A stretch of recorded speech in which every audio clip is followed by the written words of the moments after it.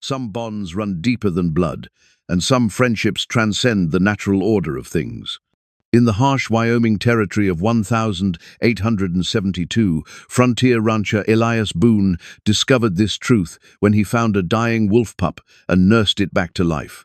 For years, the wolf became his most trusted companion, more loyal than any man and fiercer than any guard dog. But when the wolf returns home, bloodied and broken from a fight in the wilderness, the townsfolk demand it be put down before it turns on their livestock. With tears in his eyes, Elias prepares to grant his old friend the mercy of a peaceful death. That's when he notices something that changes everything, a strange piece of iron embedded deep in the wolf's wounds, bearing the mark of a notorious outlaw gang that vanished years ago. The wolf had found something in those mountains, something worth killing for. But what secret could be buried so deep in the wilderness that men would die to protect it? Before we jump back in, tell us where you're tuning in from, and if this story touches you, make sure you're subscribed, because tomorrow I've saved something extra special for you. The Wyoming Territory stretched endless and unforgiving under the pale morning sun, its vast grasslands broken only by the occasional stand of cottonwoods or the distant purple shadows of mountains. Here, in this land where winter could kill a man as easily as a bullet, Elias Boone had carved out something resembling peace. His ranch house sat modest but sturdy against the rolling hills, built from logs he'd cut himself and chinked with mud that bore the honest sweat of his labor. Smoke rose steady from the stone chimney, carrying with it the scent of coffee and bacon that spoke of routine, of a life deliberately simple. After years of complexity, he preferred not to remember. Elias stood on his porch, watching the sun climb higher, his weathered hands wrapped around a tin cup that had seen better decades. At 52, his hair had gone mostly gray, and lines mapped his face like the dry creek beds that scarred the prairie. But his shoulders remained broad, his stance steady, and his pale blue eyes still held the alertness of a man who'd learned that survival often depended on noticing what others missed. Leaning against the doorframe behind him was his Winchester rifle, its wooden stock worn smooth by countless hands, and its metal parts kept clean despite their age. That rifle had been his companion through battles he'd rather forget, but now it served a different purpose. Protecting cattle from coyotes, putting down sick animals, and occasionally reminding visiting troublemakers that this particular rancher had earned his solitude through means they'd be wise not to test. 6 years had passed since he'd hung up his cavalry uniform and claimed this patch of earth through the Homestead Act. 6 years since he'd decided that a man could choose what battles to fight. And sometimes the wisest choice was to fight none at all. The war had taken enough from him: friends, innocence, and a young wife who'd grown tired of waiting for a husband who kept finding reasons to stay in uniform rather than come home to face what peace might demand of him. But solitude, he'd learned, didn't mean loneliness, not when you had the right companion. "Morning, Shadow," he said softly, glancing toward the barn where his closest friend usually waited for the day's routine to begin. The wolf didn't emerge. Shadow had been no larger than Elias's fist when he'd found him, a scrap of fur and determination clinging to life beside his dead mother in a cave up in the Medicine Bow Mountains. Common sense had suggested leaving the pup to nature's way, but something in those yellow eyes had spoken to him, a stubbornness that matched his own, perhaps, or simply the recognition of another creature that had lost everything and refused to quit. He'd carried the pup home, wrapped in his coat, fed him with a cloth soaked in warm milk, and spent long nights by the fire nursing the small life that seemed determined to survive despite every reason to surrender. The townspeople of Cedar Falls had called him foolish, dangerous even, when word spread that Elias Boone was raising a wolf like a dog. "That thing'll turn on you," warned Samuel Morrison, the town's banker, and one of the few men who'd occasionally ride out to check on Elias's welfare. "It's their nature. Wild is wild." But Shadow had proven them wrong year after year. He'd grown into a magnificent creature, larger than most dogs, with a coat the color of storm clouds and intelligence that sometimes seemed almost human. He'd never shown aggression toward Elias or the few visitors brave enough to call, though his presence alone was usually sufficient to discourage trouble. Together, They'd worked this land through seasons of plenty and hardship.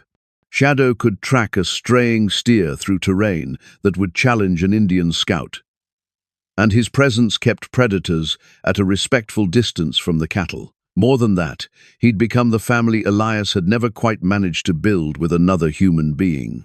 Now, as the morning stretched toward midday and Shadow still hadn't appeared, Elias felt a familiar tightness in his chest, the same feeling that had kept him alive through Shiloh and Gettysburg, the instinct that whispered when something wasn't right.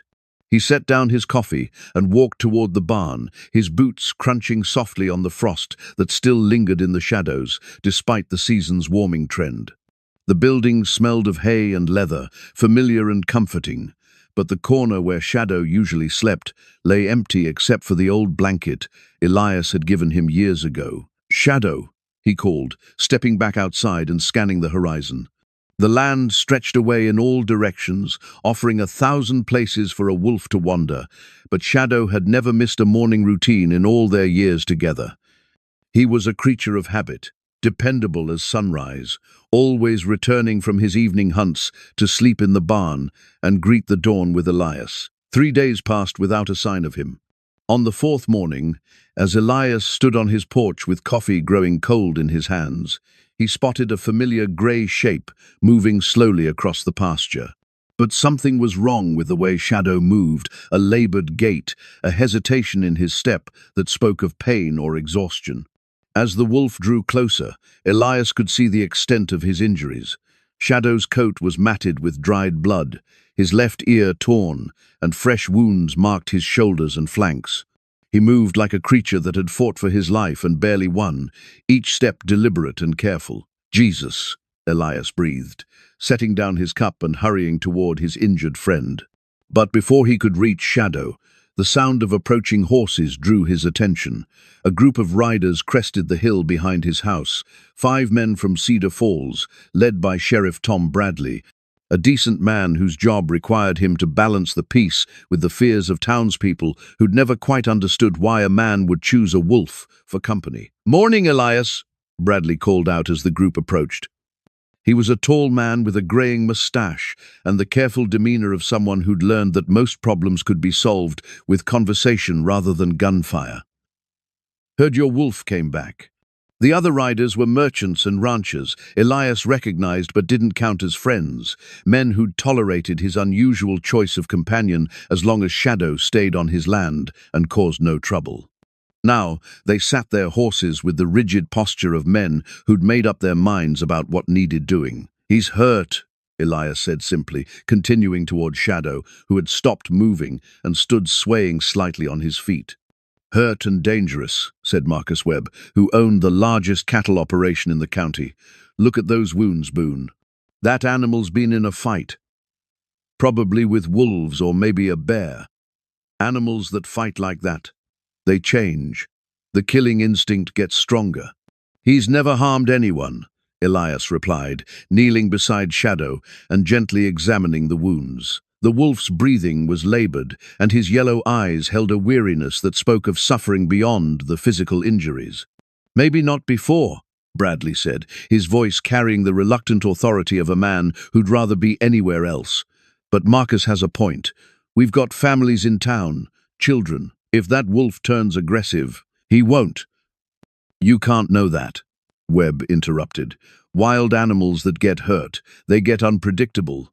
Could attack livestock, could attack people. We can't take that risk." Elias looked up at the assembled men, reading the determination in their faces. These weren't cruel men, just frightened ones, and fear had a way of making even reasonable people do unreasonable things. He understood their concern, could even respect it, but understanding didn't make their demand any easier to accept. "What are you asking me to do?" Bradley's expression softened with genuine sympathy. "I'm sorry, Elias. I truly am. But that animal needs to be put down, for everyone's safety, including his own. Look at him, he's suffering. It'd be a mercy." Elias's hand moved to Shadow's head, feeling the familiar warmth of fur beneath his fingers. The wolf looked up at him with those intelligent yellow eyes, and for a moment Elias could swear he saw understanding their acceptance of what had to come. 6 years of companionship, 6 years of shared mornings and long evenings by the fire, 6 years of having someone to talk to, even if that someone never answered with words.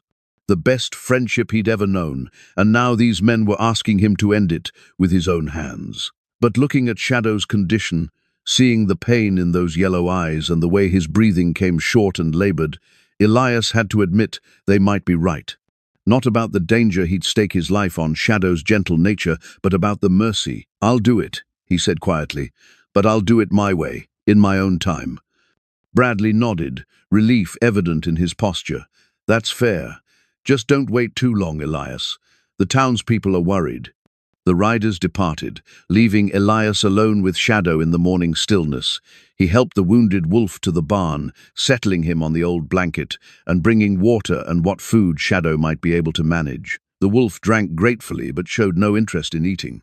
As the day wore on, Elias found himself remembering all the moments that had built their friendship, the first successful hunt they'd shared. The winter, when Shadow's presence had been the only thing between Elias and the kind of loneliness that could drive a man to madness.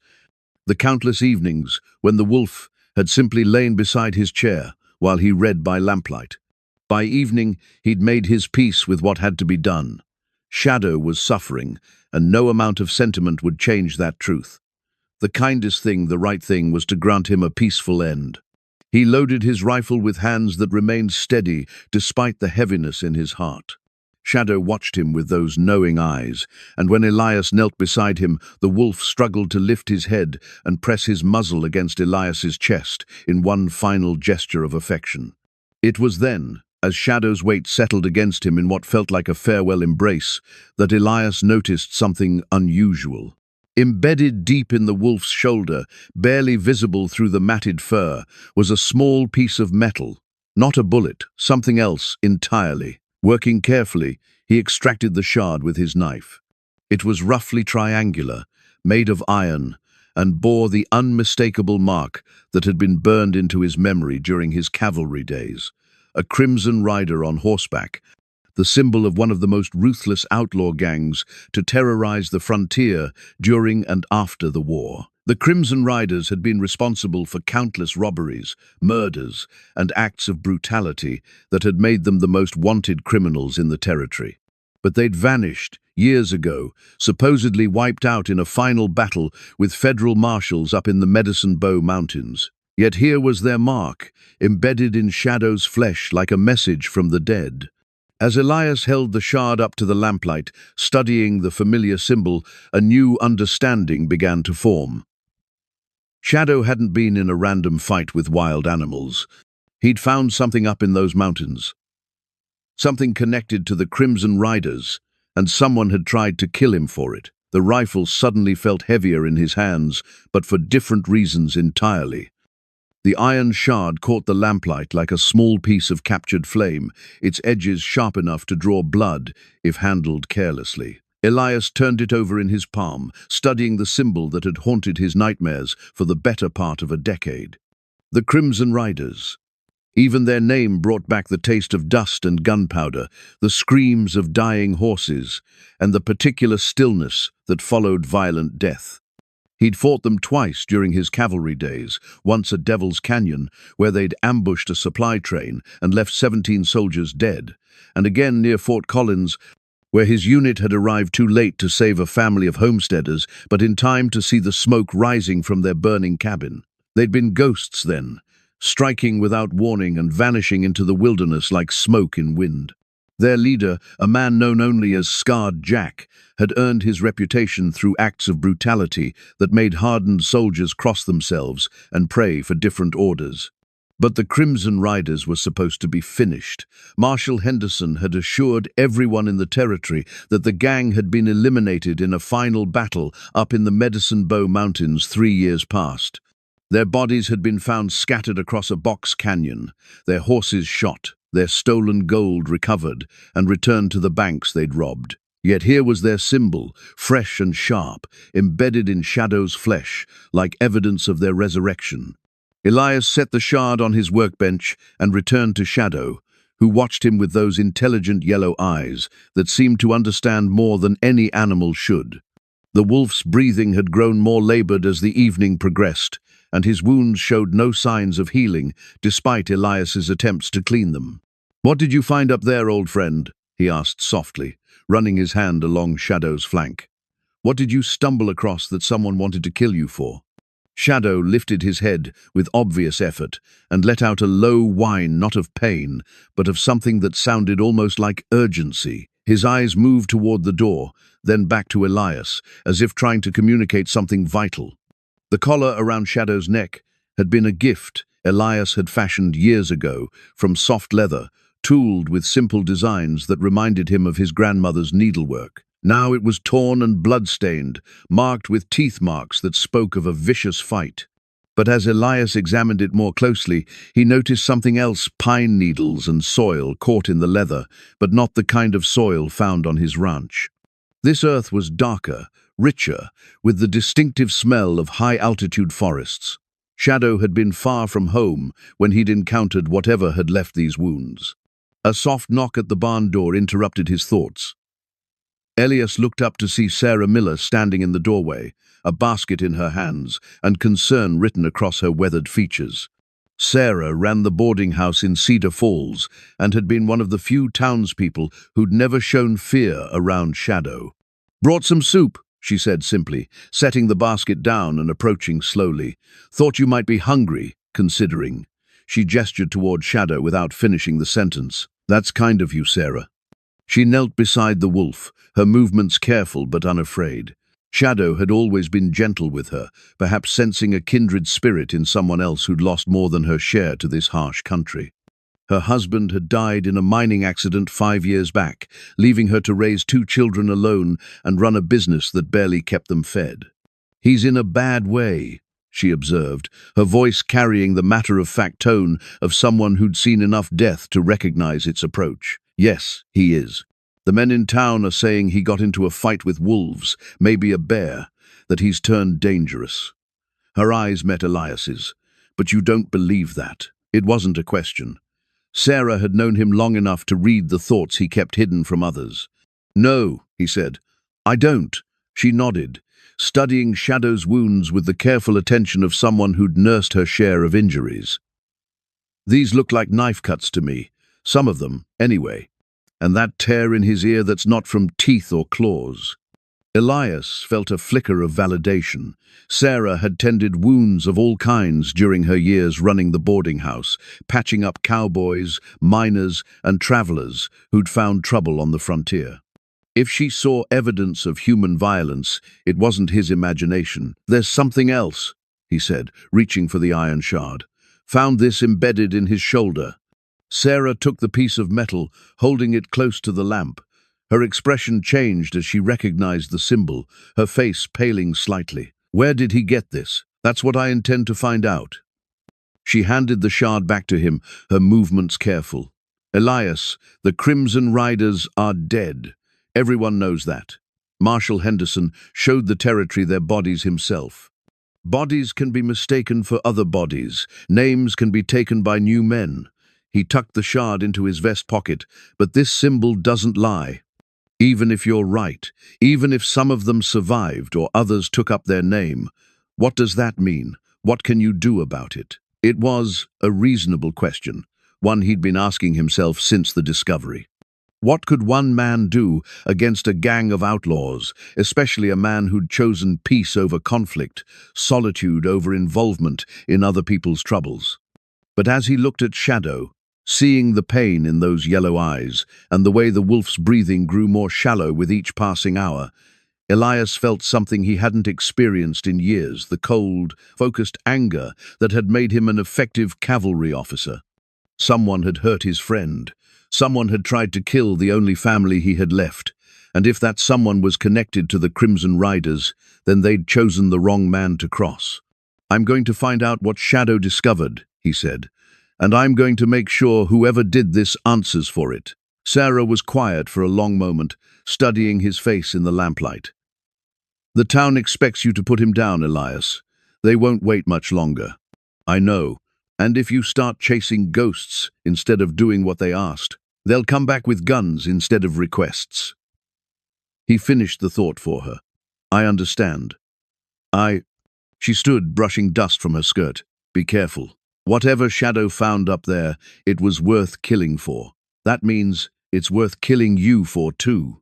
After she left, Elias sat alone with Shadow in the quiet barn, listening to the wind move through the eaves and the distant sound of cattle settling for the night. The wolf's condition continued to deteriorate, his breathing growing more labored, despite Elias's efforts to make him comfortable. By midnight, it was clear that Shadow was dying. But he wasn't dead yet, and as long as he drew breath, Elias wasn't ready to give up on him. The shard in his pocket felt heavier than its actual weight, carrying with it the promise of answers and the threat of violence. He'd spent 6 years building a peaceful life on this ranch, but peace was a luxury that apparently wasn't his to keep. He loaded a saddlebag with supplies, ammunition, food, medical kit, and the few tools that might prove useful in the mountains. His horse, a sturdy bay mare named Copper, sensed the change in routine and nickered softly as he prepared her tack by lamplight. Easy, girl, he murmured. We've got work to do. The plan was simple. Follow Shadow's trail back into the mountains and find whatever the wolf had discovered. If he was lucky, he'd find evidence that would satisfy his curiosity and allow him to return home with answers. If he was unlucky, well, he'd been unlucky before and survived it. As dawn approached, Shadow stirred on his blanket, lifting his head with obvious effort. His yellow eyes found Elias's, and for a moment the wolf seemed almost alert, as if sensing that something important was about to happen. You want to show me, don't you? Elias said softly. You want to show me what you found up there? Shadow's tail moved in what might have been a weak attempt at wagging. The decision made itself. Instead of putting Shadow out of his misery, Elias would give him one last chance to be useful, to contribute to whatever justice might be found in the mountains.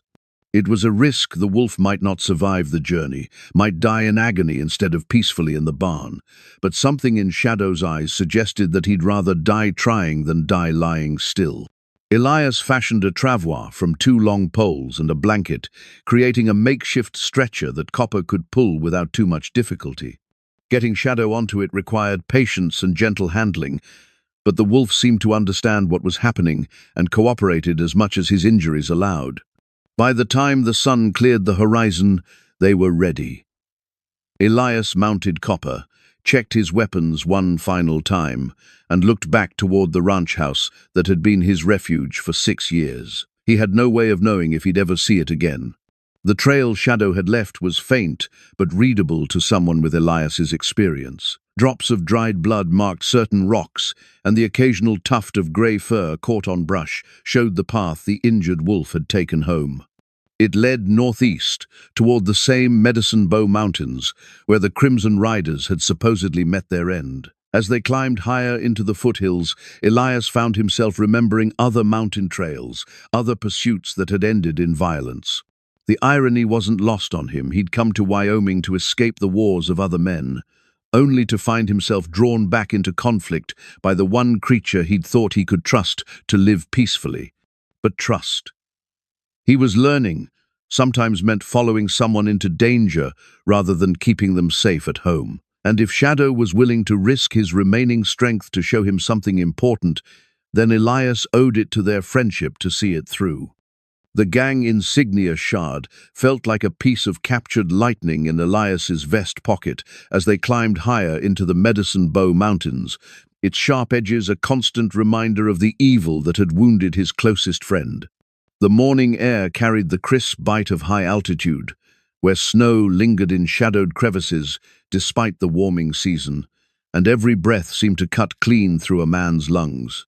Shadow's trail led them along paths that spoke of ancient passage, deer runs worn smooth by countless hooves, elk tracks pressed deep into soft earth, and the subtle markers that only experienced hunters could read. Elias followed these signs with the patience of a man who'd learned during his cavalry years that haste in dangerous country often led to unmarked graves.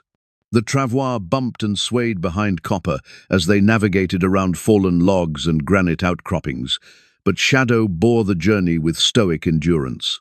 His yellow eyes remained alert despite his obvious pain, occasionally turning towards specific landmarks as if checking their progress against some internal map. "You remember this country, don't you?" Elias murmured during one of their rest stops, offering Shadow water from his cupped hands. "You know exactly where they hurt you."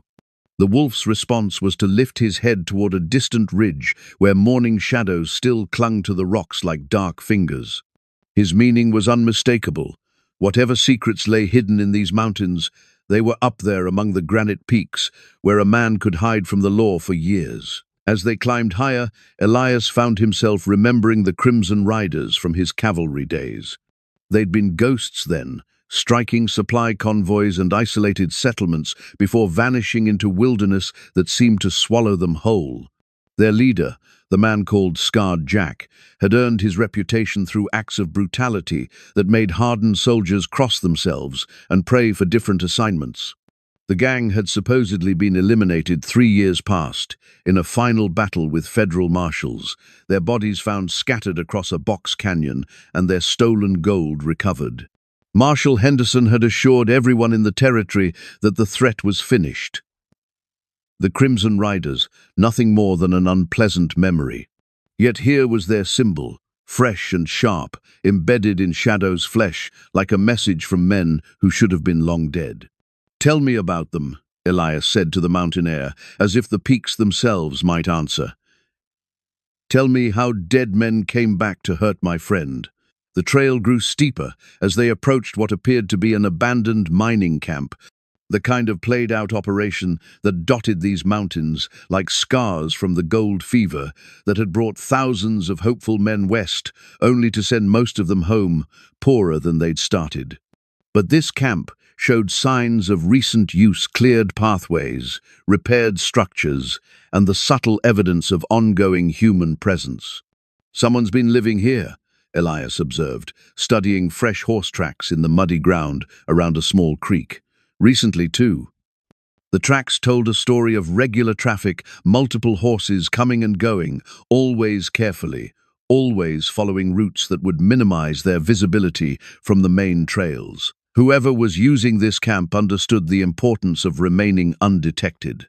Among the abandoned mining equipment, Elias found something that made his blood run cold. Spent cartridge cases bearing the distinctive mark of government ammunition. Not the kind of bullets used by miners or prospectors, but military-issue rounds that suggested the camp's current occupants had access to weapons taken from federal armories.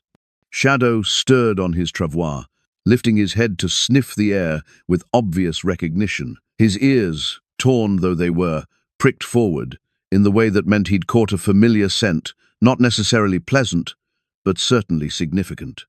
Following the wolf's gaze, Elias spotted movement among the trees above the camp. A figure watched them from the shadows, too distant to identify but close enough to suggest they were being evaluated by someone who understood the importance of remaining concealed. "We're expected," he said quietly, his hand moving instinctively toward his Winchester. "Question is whether we're walking into a trap or just making someone nervous." The watcher disappeared before Elias could get a better look, melting back into the forest with the practiced stealth of someone accustomed to avoiding detection. But the brief glimpse had been enough to confirm that the camp wasn't as abandoned as it appeared from a distance. They approached cautiously, Elias leading Copper on foot while scanning the surrounding terrain for signs of ambush or additional watchers. The mining camp consisted of several weathered buildings arranged around a central area that had probably served as the original operation's staging ground, but now looked like it might house entirely different activities. Fresh wood had been used to repair some of the structures, and new hardware gleamed on doors that should have been rusted shut years ago. Someone had invested considerable time and effort in making this isolated location suitable for long-term occupation. "Hello, the camp," Elias called out, using the traditional frontier greeting that announced peaceful intentions while requesting permission to approach. No answer came from the buildings, but Shadow's reaction suggested they weren't alone. The wolf's nose worked constantly, analyzing scents that carried information beyond human perception, and his expression held the focused intensity of a predator identifying potential threats. A rifle shot cracked across the canyon, the bullet striking a tree 20 feet to Elias's left and sending bark flying in all directions. The message was clear: no closer, turn around, leave immediately, or face more direct consequences. "That's far enough, stranger," a voice called from somewhere among the buildings. "State your business or move along. Looking for whoever hurt my wolf." Elias replied, his own rifle now ready, though not yet aimed at any specific target. "Found their calling card embedded in his shoulder, and I'd like to discuss the matter." A harsh laugh echoed across the camp. "Your wolf found something that didn't belong to him. Time to collect your animal and head back down the mountain." "What did he find?" "Nothing that concerns you, old man. This is your only warning."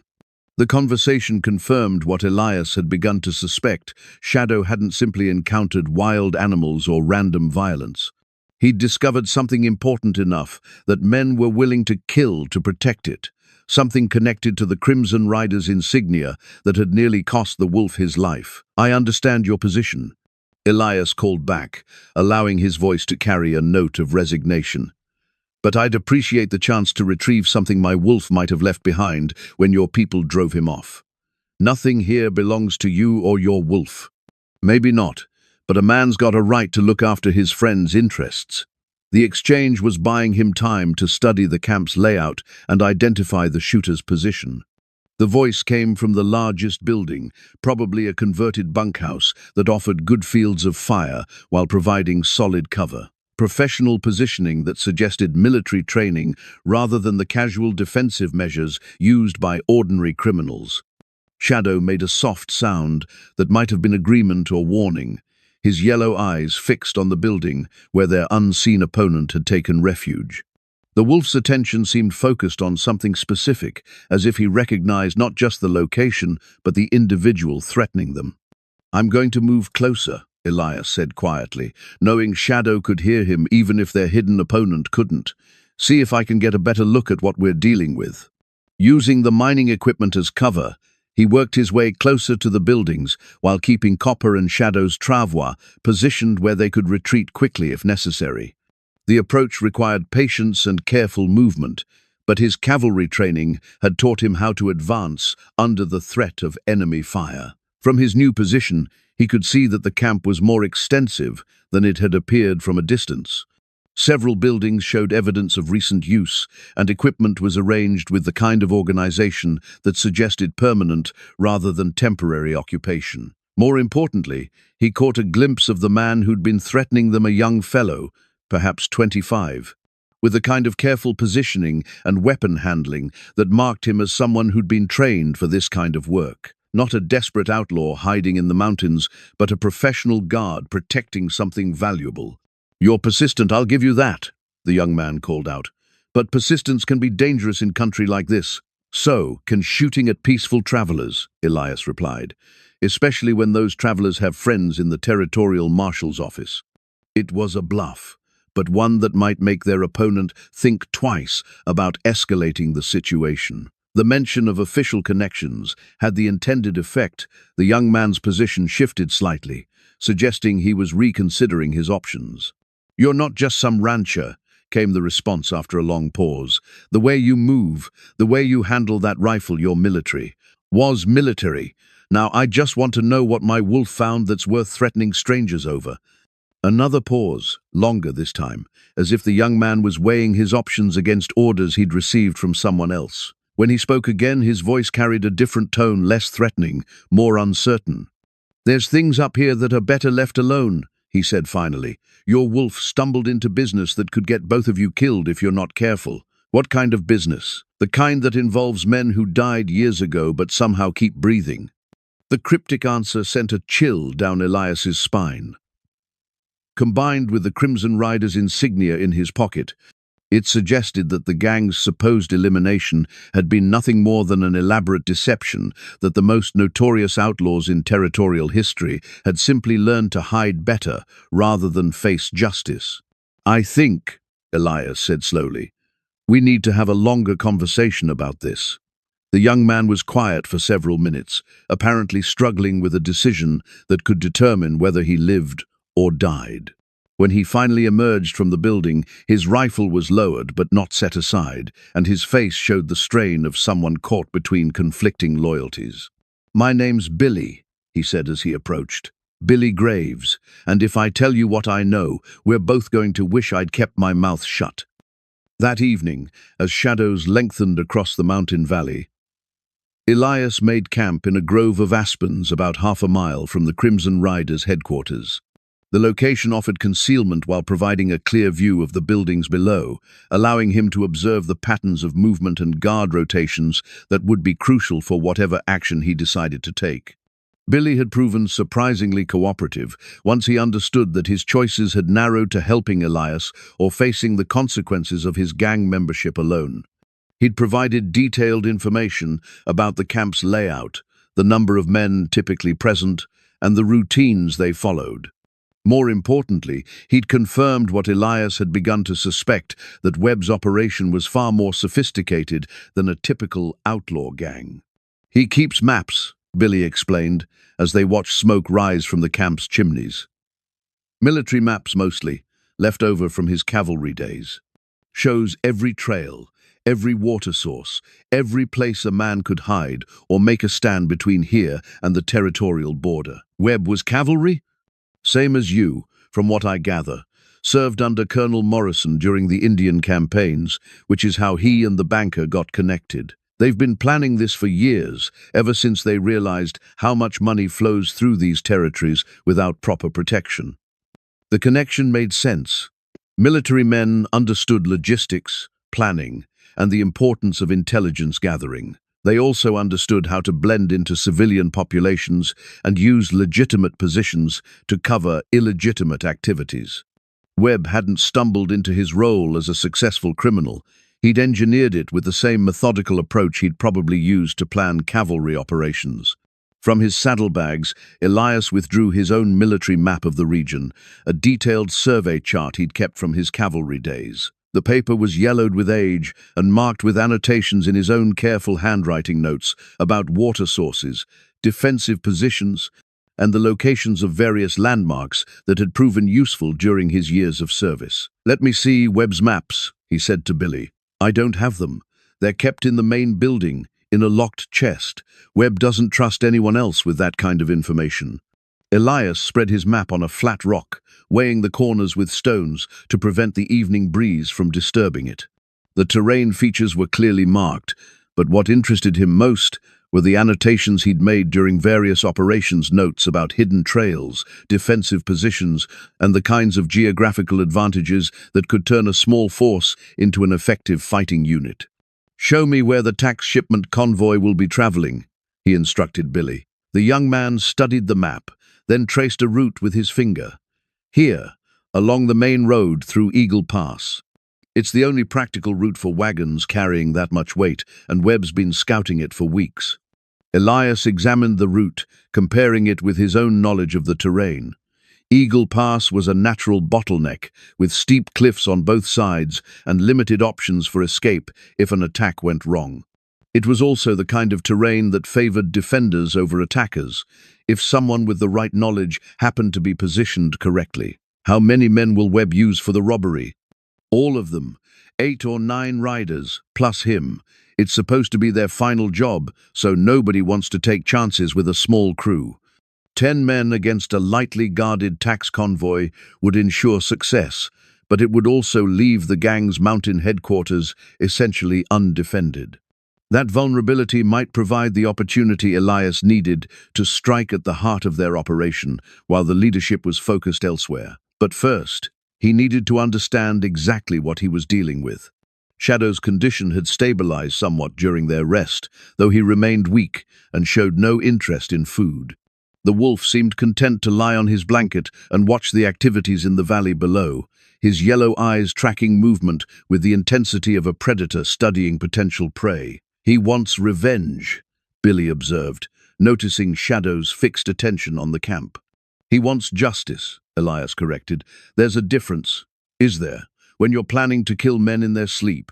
It was a fair question, one that Elias had wrestled with during his cavalry years, when orders sometimes required actions that felt more like murder than warfare. The distinction between justice and revenge often came down to motivation, whether you acted to prevent future harm or simply to satisfy personal anger. Webb and his gang chose their path, Elias said finally. They've stolen, murdered, and betrayed the trust of people who welcomed them into their community. Tomorrow they plan to rob the entire territory and disappear, leaving others to pay the price for their crimes. Stopping them isn't murder, it's preventing a greater evil. Billy was quiet for a while, apparently weighing this moral calculus against his own involvement with the gang. "I never killed anyone," he said eventually. "Held horses, carried messages, kept watch, but I never killed anyone." "That makes you accessory to murder, not a murderer. There's still time to choose a different ending to your story. By helping you kill my friends? By helping me stop criminals from destroying innocent lives?" The conversation was interrupted by movement in the camp below. 3 riders had arrived, their horses showing signs of hard travel. Even at this distance, Elias could see that the newcomers were heavily armed and moved with the casual confidence of men accustomed to violence. "That's Martinez and his boys," Billy said, recognizing the riders. "They work the southern routes, mostly train robberies and isolated ranches. If they're here, it means the big meeting is definitely tomorrow night." Elias watched the men dismount and tend to their horses before disappearing into the main building. The camp now held at least 5 armed men, possibly more, all experienced criminals who wouldn't hesitate to kill anyone who threatened their operation. "Tell me about the building layout," he said to Billy. "Where do they sleep? Where do they keep their weapons? Where would Webb hold his meeting?" Billy sketched a rough diagram in the dirt, using a stick to mark the various structures. "The bunkhouse is here, big enough for maybe 8 men. The main building is part storage, part meeting room. That's where Webb keeps his maps and plans.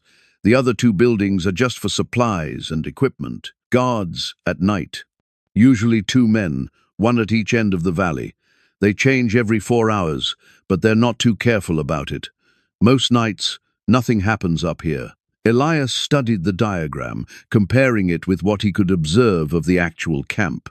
The layout suggested that Webb had chosen the location for its defensibility rather than convenience. The buildings were positioned to provide overlapping fields of fire, and the surrounding terrain would make it difficult for attackers to approach without being seen. But defensibility worked both ways. The same features that made the camp difficult to attack also made it difficult to escape from if the defenders found themselves outmaneuvered. "There's something else," Billy said reluctantly. "Something I haven't told you." "What?" "Webb's got a backup plan. If anything goes wrong, if the law gets too close, or if someone threatens to expose the operation, he's got arrangements to disappear completely. New identities, money hidden in banks back east, even a ship waiting in San Francisco to take him wherever he wants to go. How do you know all this?" "Because I was supposed to be part of it. Webb's been grooming me to take over some of the operation's logistics, maybe even replace him eventually. He trusts me more than he trusts most of the others." The revelation added another layer of complexity to the situation. Even if Elias could gather evidence of the gang's activities, even if he could survive a confrontation with armed criminals, Webb might simply vanish rather than face justice. The careful planning that had allowed him to operate undetected for years would also allow him to escape consequences. Unless, of course, those consequences came too quickly for escape plans to matter. "When does Webb plan to leave?" Elias asked. "Right after the tax shipment robbery. He figures the territorial government will turn every resource toward hunting the Crimson Riders once they realize the gang still exists. Better to disappear while everyone's looking for ghosts than wait around to be caught. So we have perhaps 3 days. We!" Elias folded his map and returned it to his saddlebags. "You can help me stop this, or you can take your chances with whatever justice the territorial authorities might provide when they finally learn the truth. But either way, Marcus Webb's days as a respectable rancher are about to end." As darkness settled over the mountains, Elias made his final preparations for what he'd begun to think of as a reconnaissance in force. He would infiltrate the camp during the night, gather intelligence about the gang's plans and resources, and if the opportunity presented itself, eliminate key threats before they could mature into larger problems. It was the kind of mission he'd undertaken many times during his cavalry years, when small units operating behind enemy lines could accomplish more than entire regiments fighting conventional battles. The principles remained the same: move quietly, strike decisively, and never give your enemies time to organize effective resistance. Shadow raised his head as Elias checked his weapons one final time. The wolf's eyes caught the starlight like yellow flames, and for a moment he seemed almost healthy again, alert, focused, ready for whatever the night might bring. "You want to come with me, don't you?" Elias asked, softly. Shadow's tail moved in what might have been a weak attempt at wagging, but his body remained still on the blanket. The spirit was willing, but the flesh had been damaged beyond the ability to contribute meaningfully to combat operations. "Stay here with Billy," Elias instructed. "Keep him honest while I'm gone." He moved down the mountainside like a shadow himself, using every trick of fieldcraft he'd learned during 20 years of military service. The moon provided just enough light to navigate by without revealing his presence to casual observers, and the wind carried his scent away from the camp's horses. The first guard post was exactly where Billy had indicated a rocky outcropping that commanded a view of the main approach to the valley. The guard was young, bored, and more interested in staying warm than maintaining proper vigilance. Elias circled around him easily, approaching from the blind spot that every fixed position inevitably created. The camp itself proved even less secure than he'd hoped. The buildings were lit by oil lamps that created more shadows than illumination, and the sound of conversation from the main building suggested that the gang members were more focused on planning their upcoming robbery than protecting their current position. Moving from shadow to shadow, Elias worked his way closer to the main building, where voices could be heard discussing routes, timing, and the distribution of anticipated profits. A window had been left partially open to provide ventilation, allowing him to hear most of the conversation without exposing himself to observation. 3 wagons, maybe 4 guards total. A voice he didn't recognize was saying, "Easy pickings, especially if we hit them in the narrows where they can't maneuver." "What about afterward?" This voice was familiar, Marcus Webb, though he sounded different here than he had when playing the role of concerned rancher. Harder, more calculating. "Henderson's going to know the Crimson Riders are back the moment word reaches him. So we stick to the plan. Scatter immediately after the job, lay low for a month, then meet in Denver to divide the proceeds. By the time Henderson organizes a proper search, we'll be long gone. And our friends in town? Morrison will handle the bank's records, make sure there's no trail connecting us to any of the money we've been depositing. Collins will misdirect any investigation toward Mexican bandits or displaced Indians. Same as always." Elias listened to them plan the destruction of everything he'd fought to help build in this territory, the casual dismissal of law and order that had taken years to establish. These weren't desperate men driven to crime by circumstance. They were predators who'd chosen to prey on their own neighbors for profit and convenience. The time for hesitation had passed. The ornate brass key felt cold in Elias's fingers as he examined it by starlight, having lifted it from Webb's saddlebags during his nocturnal reconnaissance of the camp. The key was unlike anything he'd seen in frontier country, elaborately decorated with scrollwork and bearing the unmistakable craftsmanship of Eastern metalworkers. Whatever it opened was important enough for Webb to carry it personally rather than trusting it to the gang's mountain stronghold. He'd returned to his own camp before dawn, moving through the darkness with the practiced stealth of a man who'd learned that survival often depended on remaining invisible to enemies. Billy had been awake when he arrived, keeping watch over Shadow while nursing a small fire that provided warmth without creating enough light to attract attention from the valley below. "Find anything useful?" Billy asked quietly. "Your friends are planning to hit the tax convoy tomorrow afternoon," Elias replied, settling beside the fire and accepting the cup of coffee Billy offered. 3 wagons, light guard, easy pickings according to them. That matches what I knew. Did you kill anyone?" The question carried a mixture of hope and fear, as if Billy couldn't decide whether he wanted Elias to have eliminated some of his former associates or preserved them for whatever justice might eventually follow. "Not yet," Elias said, "but I found this." He showed Billy the key, watching the young man's expression change as he recognized its significance. "Where did you get that?" "Webb's saddlebags. He had it wrapped in oiled leather, protected like it was worth more than gold."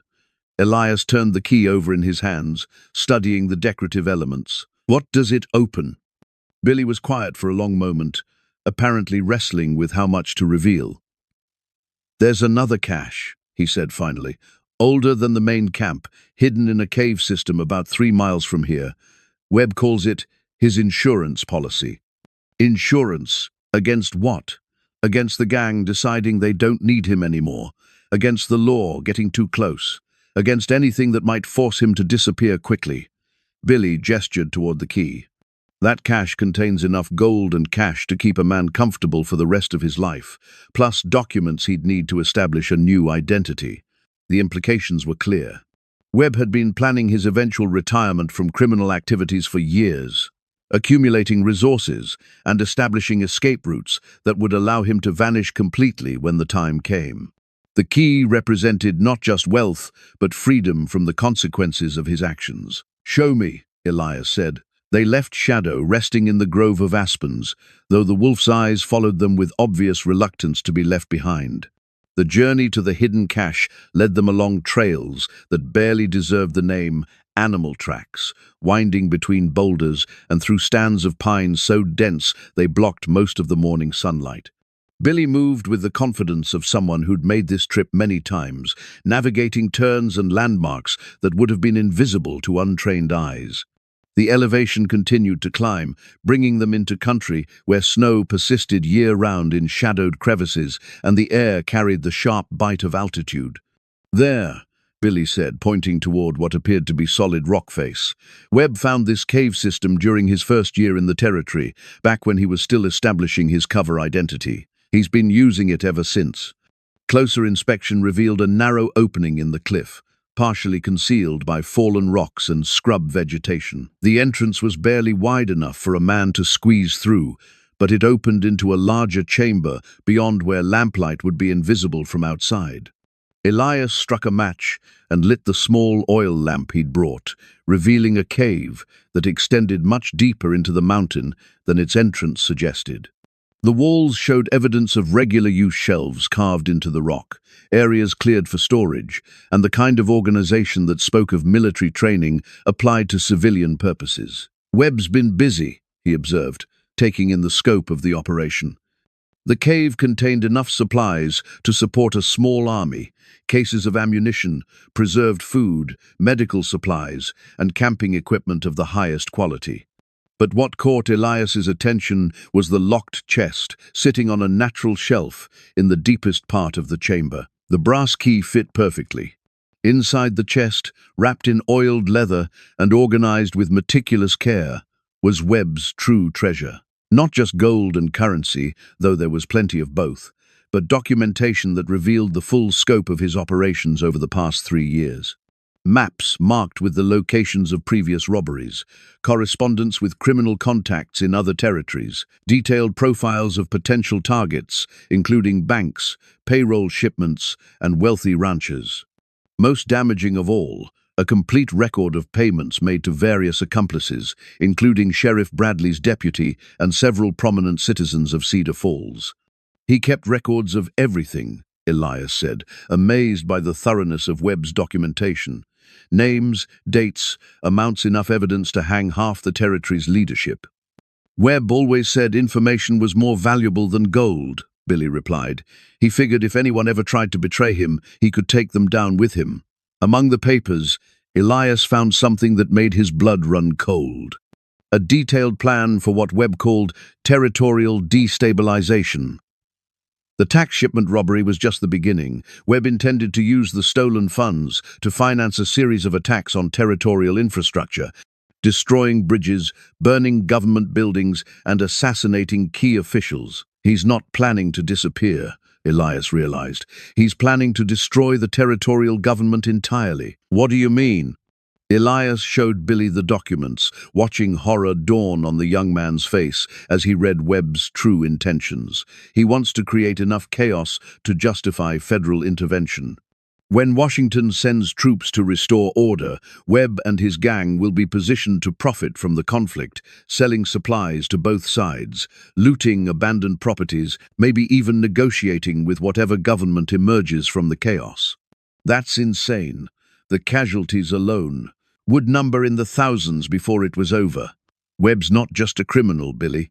He's planning to become a warlord.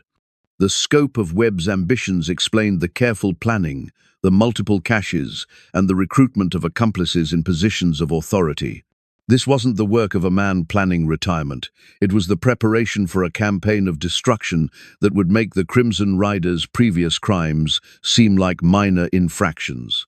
"We have to stop this," Billy said, his voice carrying a conviction that hadn't been there before. "Yes," Elias agreed, "we do. But stopping Webb would require more than simply preventing the tax shipment robbery. The gang leader had created a criminal infrastructure that could survive the loss of individual operations, individual members, even individual caches. To truly end the threat, Elias would need to destroy not just the gang, but the network of corruption that supported it. He began gathering the most incriminating documents, selecting evidence that would expose Webb's accomplices and reveal the full scope of the conspiracy. The gold and currency could remain. He had no interest in profiting from criminal activities, but the information was too valuable to leave behind. "There's something else," Billy said, pointing toward a section of the cave Elias hadn't yet explored. "Webb's got a workshop back there. He's been making special ammunition, preparing for something big." The workshop was a testament to Webb's military background and criminal ingenuity. Workbenches held tools for reloading cartridges, mixing explosives, and modifying weapons for specific purposes. Most disturbing were the specialized bullets' hollow points filled with mercury to increase their stopping power, and incendiary rounds designed to start fires on impact. "He's been preparing for war," Elias said, examining the ammunition. "Not just robbery, but actual warfare against anyone who tries to stop him." Among the workshop supplies, he found something that sparked a memory from his cavalry days. A distinctive type of explosive charge used for demolishing bridges and buildings. Webb had enough materials to level half of Cedar Falls if he chose to do so. "The territorial capital," Billy said suddenly. When Webb talked about federal intervention, he mentioned needing to eliminate the current territorial government first. "I thought he meant through political pressure, but he means assassination and destruction." Elias felt the familiar coldness settling over him, the emotional distance that allowed him to function when faced with necessary violence. "How many people know about this cache?" "Just Webb and me. He brought me here twice to help move supplies, but he made sure I understood that talking about it would mean my death." "And the main camp, how many people there know about Webb's larger plans?" "Most of them just think they're planning one big robbery before retirement. Only Martinez and Thompson know about the territorial government angle, and they think it's just talk Webb, trying to make himself sound more important than he is. That ignorance might provide an advantage. If most of the gang believed they were participating in a final robbery before retirement, they might be less committed to fighting when faced with serious opposition. Men willing to steal weren't necessarily willing to die for a cause they didn't fully understand. "We need to get back to Shadow," Elias said, gathering the documents he'd selected. "And then we need to make some difficult decisions about what comes next." The return journey passed in thoughtful silence, both men wrestling with the implications of what they'd discovered. The morning sun had climbed high enough to provide genuine warmth, but Elias felt cold despite the pleasant weather. He'd seen war before, had participated in conflicts that killed thousands and scarred the land for generations. He'd hoped never to see such things again. But sometimes, as he'd learned during those dark years, the only way to prevent a larger war was to fight a smaller one first. Shadow was awake when they returned to camp, his yellow eyes bright with an alertness that seemed impossible given his injuries. He lifted his head as they approached, and for a moment Elias could swear the wolf was smiling. "He looks better," Billy observed. It was true. Shadow's breathing seemed easier, his wounds showed signs of beginning to heal, and his general demeanor suggested a return of strength that had been absent since his return from the mountains. "He knows," Elias said softly. "Somehow, he knows we found what he wanted us to find." As if responding to his words, Shadow struggled to his feet and took several shaky steps toward them. The movement clearly cost him considerable effort, but he managed to remain upright long enough to press his muzzle against Elias's hand in a gesture of affection and approval. "You did good, old friend," Elias murmured, scratching behind the wolf's ears. "You led us right to them." But their success in finding Webb's cache had also revealed the true scope of the threat they faced. This wasn't just about preventing a robbery or bringing criminals to justice. It was about stopping a plan that could plunge the entire territory into chaos and violence. The documents in Elias's saddlebags represented the key to exposing Webb's conspiracy, but only if they could survive long enough to present them to authorities who weren't already corrupted. And with the tax convoy scheduled to depart tomorrow morning, time was running out for any solution that didn't involve direct action. "What do we do now?" Billy asked. Elias looked toward the valley where the Crimson Riders' main camp lay hidden among the rocks and shadows. Tomorrow night, most of the gang would be gathered there for their final planning session before the robbery. They'd be confident, focused on their upcoming success, and probably not expecting trouble from any source. It would be the perfect time to end their threat permanently. "Now," he said quietly, "we get ready for war." The faded wanted poster was tucked between the pages of an old ledger book in Webb's hidden cache, its edges yellow with age, and its ink beginning to blur from years of handling. But the image was still clear enough to remove any doubt about the man's identity: Scarred Jack Meridian, wanted for murder, robbery, and acts of war crimes during the final months of the conflict. The reward listed was $5,000 more money than most men saw in a lifetime. Elias studied the poster by lamplight, comparing the drawn features with his memories of Marcus Webb. The artist had captured the essential elements: the strong jawline, the deep-set eyes, the distinctive scar that ran from the left temple to the corner of the mouth. Webb had grown a beard and put on weight since the poster was created, but there was no mistaking the bone structure or the cold intelligence in those eyes. "I always wondered how he got that scar," Billy said, looking over Elias's shoulder at the document. "He told people it was from a mining accident, back before he became a rancher." "I know how he got it," Elias replied quietly. "I was there." The memory came back with unwelcome clarity. A late autumn afternoon in 1869, the third year of cavalry operations against irregular forces that had refused to accept the war's end. Elias's unit had been pursuing a band of Confederate raiders who'd been terrorizing Union supply lines, hitting convoys, and disappearing into the wilderness like ghosts. They'd finally cornered the raiders in a box canyon near the Colorado border, and what followed had been less a battle than a slaughter.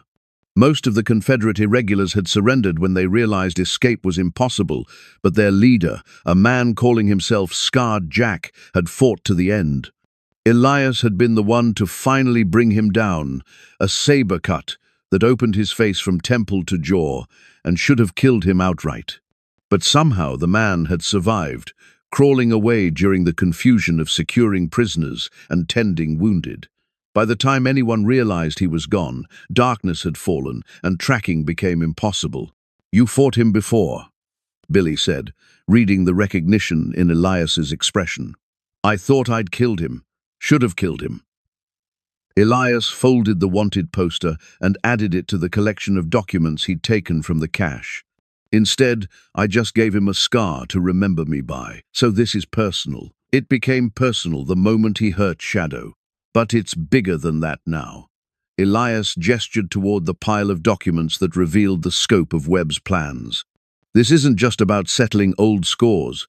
He's planning to destroy everything decent people have built in this territory. The return journey to their camp passed in contemplative silence, both men processing the implications of what they'd discovered. The wanted poster had provided the final piece of confirmation. Marcus Webb wasn't just a criminal wearing a respectable disguise. He was one of the most notorious war criminals of the past decade, a man whose survival had been considered impossible by the authorities, who'd declared him dead. Shadow greeted their return with obvious relief, struggling to his feet despite his injuries, and limping toward them with determination that spoke of recovering strength. The wolf's condition had improved dramatically since their departure, as if finding Webb's cache had somehow granted him permission to begin healing. "Look at him," Billy marveled. "Yesterday I thought he was dying, and now he's trying to walk.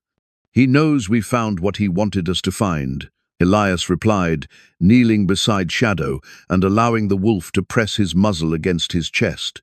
"He can rest easy now, knowing his work is done." But Shadow's work might be finished, while Elias's was just beginning. The documents from Webb's cache provided overwhelming evidence of criminal activity, but they also revealed a timeline that left little room for conventional justice. The tax convoy would depart tomorrow morning, Webb's gang would strike tomorrow afternoon, and by tomorrow evening the territorial government would be dealing with the largest robbery in Wyoming's history. After that, Webb's plans called for a campaign of destruction that would make the original Crimson Riders' crimes seem trivial by comparison. "We need to get this information to someone in authority," Billy said, settling beside their small fire. "Maybe ride straight to the territorial capital, find someone who can't be bought or intimidated. That's 2 days hard riding, assuming we don't encounter any of Webb's people along the way." Elias spread his map on the ground, studying the routes between their current position and Cheyenne. "By the time we reached anyone with real authority, the robbery would be over, and Webb would be implementing the next phase of his plan. So, what do you suggest?" Elias traced possible routes on the map, calculating distances and travel times against the schedule Billy had provided for the gang's activities. The numbers were unforgiving. Conventional justice would arrive too late to prevent the immediate crisis, and might not arrive at all if Webb's accomplices managed to misdirect or delay any investigation. "There's another option," he said finally. "We prevent the robbery ourselves." Billy stared at him in disbelief. 2 men against the entire gang? That's suicide. Not if we're smart about it, not if we use their own plans against them. From his saddlebags, Elias retrieved a collection of items he'd gathered during his reconnaissance of Webb's camp maps, schedules, and notes that detailed the gang's intended approach to the tax convoy robbery. Webb had planned the operation with military precision, accounting for every variable and contingency he could anticipate. But military training worked both ways. The same tactical principles that made Webb's plan effective could be turned against him by someone who understood them equally well. "Look at their route," Elias said, pointing to the marked path on Webb's map. "They're planning to hit the convoy in Eagle Pass, where the road narrows between rock walls. Classic ambush terrain. The wagons can't maneuver, guards can't take effective cover, and escape routes are limited." Right. So how does that help us?" "Because ambush terrain works both ways. If we can get there first, position ourselves correctly, we can turn their advantage into a disadvantage." Billy studied the map, beginning to understand the possibilities. "You want to ambush the ambushers." "Something like that. Webb's counting on surprise, superior numbers, and careful positioning. Take away any one of those advantages, and his entire plan becomes vulnerable." The strategy was risky, depending on precise timing and the kind of tactical execution that required experience Elias possessed, but Billy lacked. But it offered the possibility of preventing the robbery while simultaneously exposing Webb's gang to the kind of consequences that conventional justice might never deliver. "Even if we could pull it off," Billy said. "Even if we stop the robbery, what about Webb's larger plans? The territorial destabilization, the attacks on government buildings. He's got other men, other resources. Webb's operation depends on him being alive to coordinate it," Elias replied. "Remove the leader, and the rest of the conspiracy falls apart. Criminal organizations aren't democracies. They need strong central authority to function effectively." It was a lesson he'd learned during his cavalry years, when eliminating key Confederate leaders had often accomplished more than defeating entire units in conventional battles. Cut off the head, and the body would thrash around for a while before dying. But this particular head was well protected, surrounded by loyal followers, and operating from a position of apparent legitimacy that made direct action problematic. Webb couldn't simply be arrested or challenged to a duel. He'd built too many defenses, accumulated too much protection. Unless those defenses could be turned against him. "There's something else in these documents," Elias said, pulling out a particular set of papers. Letters between Webb and his accomplices in town, discussing the timing of various operations. "Look at this." Billy read over the correspondence, his expression growing increasingly troubled. He's been planning to eliminate Sheriff Bradley. Not just Bradley. Anyone in town who might pose a threat to the gang's operations once they go public with their war against the territorial government. Elias indicated specific passages in the letters. Morrison's been keeping lists of potential threats, people who might organize resistance or contact federal authorities. The lists were comprehensive and chilling. Sarah Miller was marked for elimination because her boarding house made her privy to too much information about travelers and their business. Doc Peterson was targeted because his medical knowledge might help treat wounded opponents. Even the school teacher was listed as a potential threat because educated people were more likely to organize effective resistance. "They're planning to massacre the entire town," Billy said, his voice barely above a whisper. "Not immediately, but once they start their campaign against the territorial government, anyone who might oppose them becomes a liability." Elias folded the papers and returned them to his saddlebags. "Which gives us another reason to stop this before it starts." The scope of Webb's ambitions was breathtaking in its ruthlessness. He'd spent years building a position of trust and authority in Cedar Falls, not to become a respectable citizen, but to identify potential threats and eliminate them efficiently when the time came. The man who'd convinced the town council to trust him with their financial planning was the same man who'd compiled lists of their names for future assassination. "What kind of man does something like that?" Billy asked. "The kind who stopped seeing other people as human beings a long time ago," Elias replied. "War does that to some men, strips away everything decent and leaves only the appetite for power and violence." He'd seen it before. During the worst days of the conflict, when prolonged exposure to brutality had transformed ordinary soldiers into something barely recognizable as human. Most men broke under such pressure, becoming either broken victims or savage predators. A few, like Webb, learned to hide their transformation behind masks of civilization while planning greater atrocities. "There's still time to ride for help," Billy said. "Maybe we could reach the territorial marshal, convince him to take action." "With what proof?" "These documents could be forgeries, the maps could be fakes, and we'd be two men making accusations against pillars of the community." Elias shook his head. "By the time we convinced anyone to investigate, Webb would be long gone, and his plans would be in motion." The frustration was familiar from his military days, when intelligence about enemy activities was often dismissed by superiors who preferred comfortable assumptions to difficult truths. Bureaucracy moved slowly, required extensive verification, and generally favored inaction over the kind of decisive response that crises demanded. "So we're really going to do this," Billy said. "Two men against an entire gang of killers." "Three," Elias corrected, glancing toward Shadow. "Don't count our friend out just yet."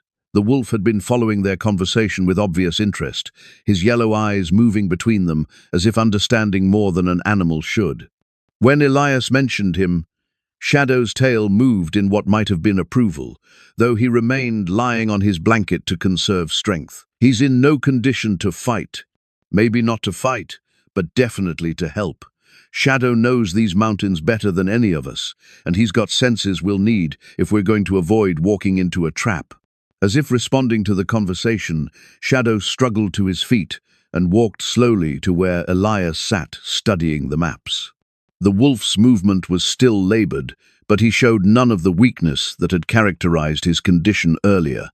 Whatever recovery was taking place seemed to be accelerating. "You want to finish this, don't you?" Elias asked, scratching behind Shadow's ears. "You want to make sure the men who hurt you face justice."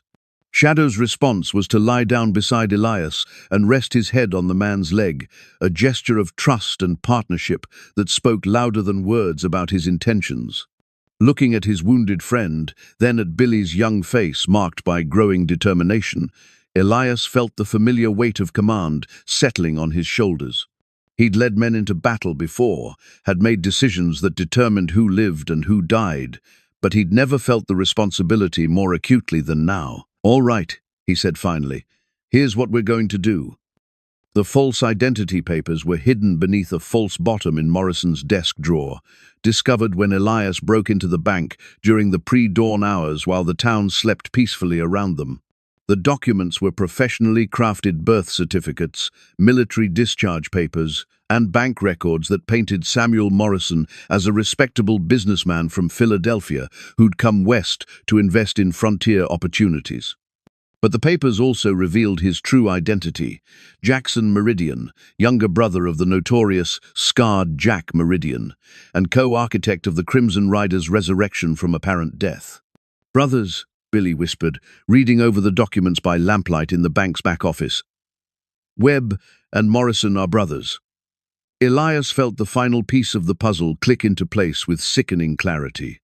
The Meridian brothers had orchestrated not just their individual survival, but the entire deception that had allowed them to operate undetected for 3 years. While federal authorities congratulated themselves on eliminating the Crimson Riders, the gang's leadership had simply adopted new identities and moved their operations to a territory where no one would think to look for dead men. "It explains everything," he said, studying the forged documents with grudging admiration for their quality. How they coordinated their activities, how they avoided detection, how they managed to infiltrate positions of trust so effectively. The bank records told a story of careful financial manipulation spanning years. Morrison had used his position to monitor cash flows throughout the territory, identifying the most lucrative targets while ensuring that stolen funds could be laundered through legitimate business transactions. Every robbery the Crimson Riders had committed since their supposed demise had been planned using intelligence gathered through Morrison's banking connections. "Look at this," Billy said, pointing to a ledger that tracked deposits and withdrawals with military precision. "He's been moving money for the entire gang, keeping separate accounts under different names." The financial records revealed the true scope of the Crimson Riders' revival. They hadn't just survived Marshall Henderson's attack, they'd thrived, accumulating more wealth in 3 years of careful operations than they'd managed during their entire previous existence as a conventional outlaw gang. $20,000, Elias calculated, adding up the various accounts. Maybe more, if these records are incomplete. It was enough money to finance the territorial destabilization campaign Webb had planned, with sufficient reserves to support the gang's operations for years if necessary. The brothers had transformed themselves from desperate fugitives into wealthy conspirators, using legitimate business practices to fund illegitimate activities. But the documents also revealed something more immediately threatening: detailed plans for what Morrison called Phase 2 of their operation, scheduled to begin immediately after the tax convoy robbery. "They're not planning to disappear," Elias realized, reading through Morrison's careful notes. "They're planning to take over." The plan was audacious in its scope and terrifying in its implications. Using the stolen tax money as initial funding, the Meridian brothers intended to corrupt or eliminate every significant authority figure in the territory, replacing territorial government with their own criminal organization. They'd identified key officials for assassination, key businesses for takeover, and key resources for monopolization. "Governor Harrison is first on the list," Billy said, his voice tight with horror.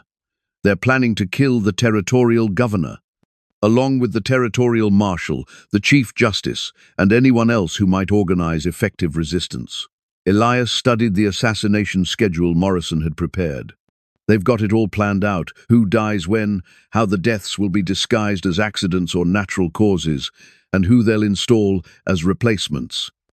The replacement candidates were all men with criminal connections, individuals who could be trusted to follow orders while maintaining the appearance of legitimate authority." The Meridian brothers intended to rule Wyoming territory through puppets, controlling every aspect of government and commerce while remaining safely hidden behind their respectable facades. "This isn't just robbery," Billy said. "This is revolution. Criminal revolution. They want to turn the entire territory into their personal kingdom, with them as the kings and everyone else as subjects." Elias gathered the most incriminating documents, adding them to the growing collection of evidence against the conspiracy. No law, no justice, no protection for anyone who doesn't serve their interests. The implications extended far beyond Wyoming's borders. If the Meridian brothers succeeded in their territorial takeover, they'd create a safe haven for criminal organizations throughout the West. Every outlaw, every escaped convict, every fugitive from justice would gravitate toward a territory where crime was not just tolerated, but actively encouraged by those in power. "We have to warn people," Billy said. "The governor, the marshal, everyone on their lists. Warn them with what? These documents could be dismissed as forgeries, and we'd be two men making accusations against pillars of the community." Elias folded the papers and secured them in his vest pocket. By the time we convinced anyone to take action, the Meridian brothers would know their security had been compromised and would accelerate their timeline. It was the same frustration he'd felt when studying Webb's cache, magnified by the scope of what they'd discovered. The evidence was overwhelming, but the conspiracy was too well established and too carefully protected to be exposed through conventional channels. "Besides," he continued, "warning potential victims assumes they'd believe us and take appropriate precautions. More likely, they'd dismiss our warnings as the ravings of a paranoid old soldier and continue their normal routines until it was too late." The bank's clock chimed 4 times, reminding them that dawn was approaching and their window for investigation was closing. They'd learned more than enough to understand the threat they faced, but knowledge, without the ability to act on it, was merely a burden. "There's something else," Billy said, indicating a section of Morrison's files they hadn't yet examined. "Letters from other territories, other gangs. The Meridian brothers aren't working alone." The correspondence revealed a network of criminal organizations spanning from Kansas to California, all coordinated by men who'd supposedly been killed or captured years earlier. The dead leaders of a dozen outlaw gangs had survived their apparent defeats, adopted new identities, and rebuilt their operations with unprecedented sophistication. "It's a conspiracy of the dead," Elias said, reading through letters signed with names he recognized from wanted posters. Men who were declared eliminated but actually just learned to hide better.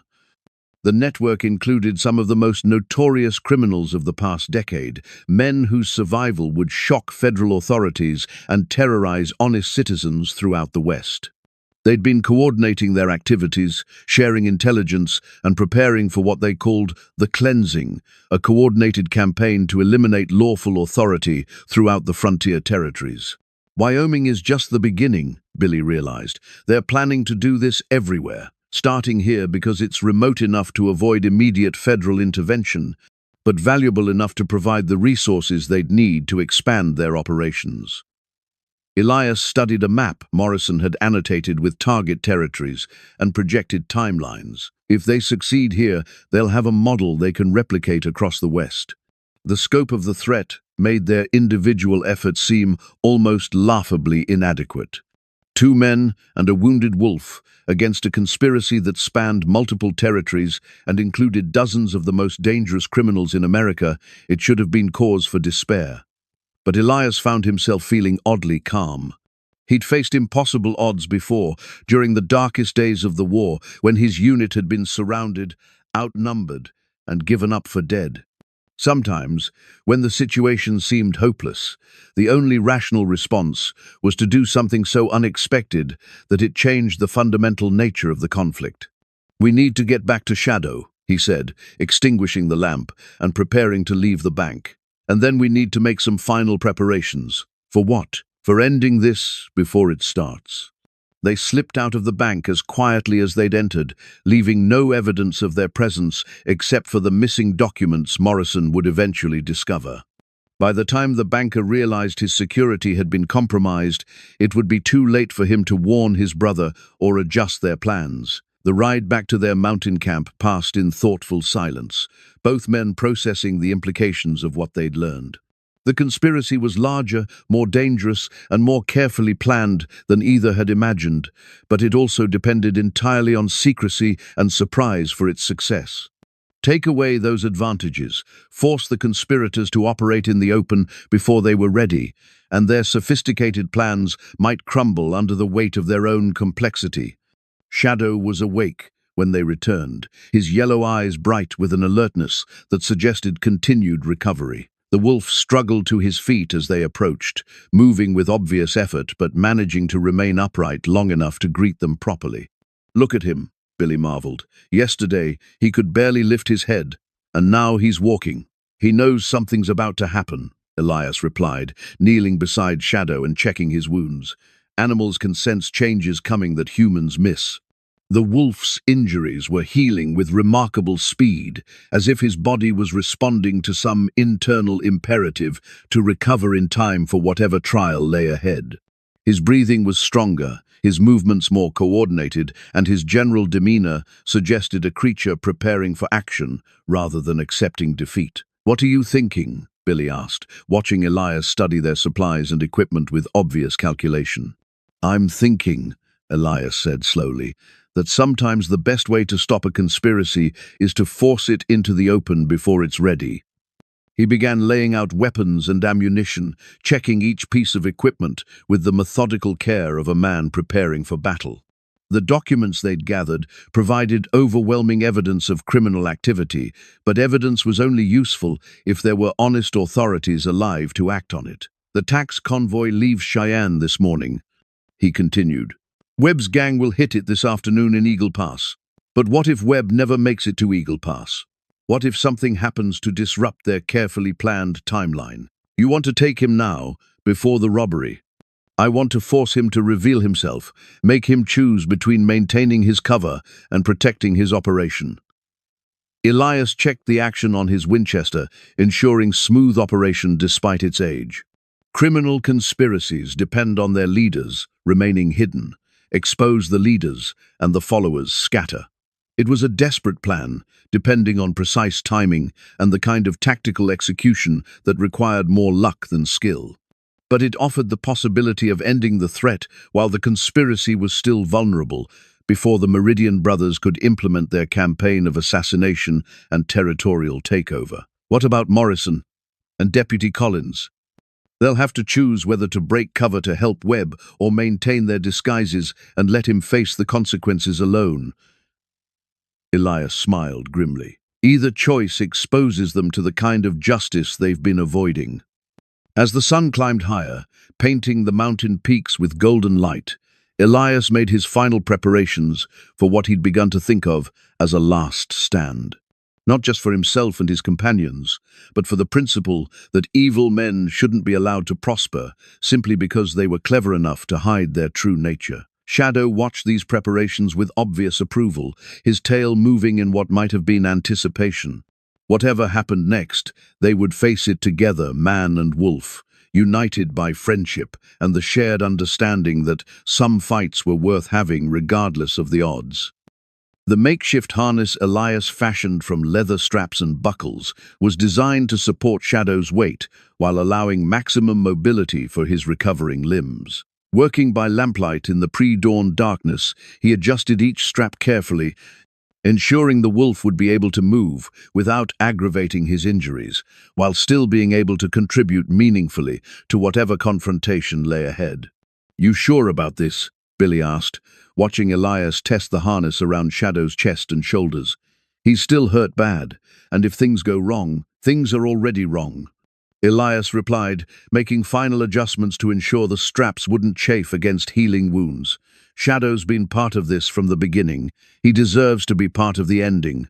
The wolf stood patiently as Elias worked, his yellow eyes bright with an intelligence that seemed almost human in its comprehension. When the harness was complete, Shadow took several experimental steps, testing the support it provided and apparently approving of its design. "He looks ready," Billy observed. "More than ready, he looks eager." It was true. Despite his injuries, Despite the obvious pain that still marked his movements, Shadow carried himself with the bearing of a creature preparing for battle. His ears were alert, his stance balanced, and his gaze focused on the valley below, where the Crimson Riders' camp lay hidden among the rocks and shadows.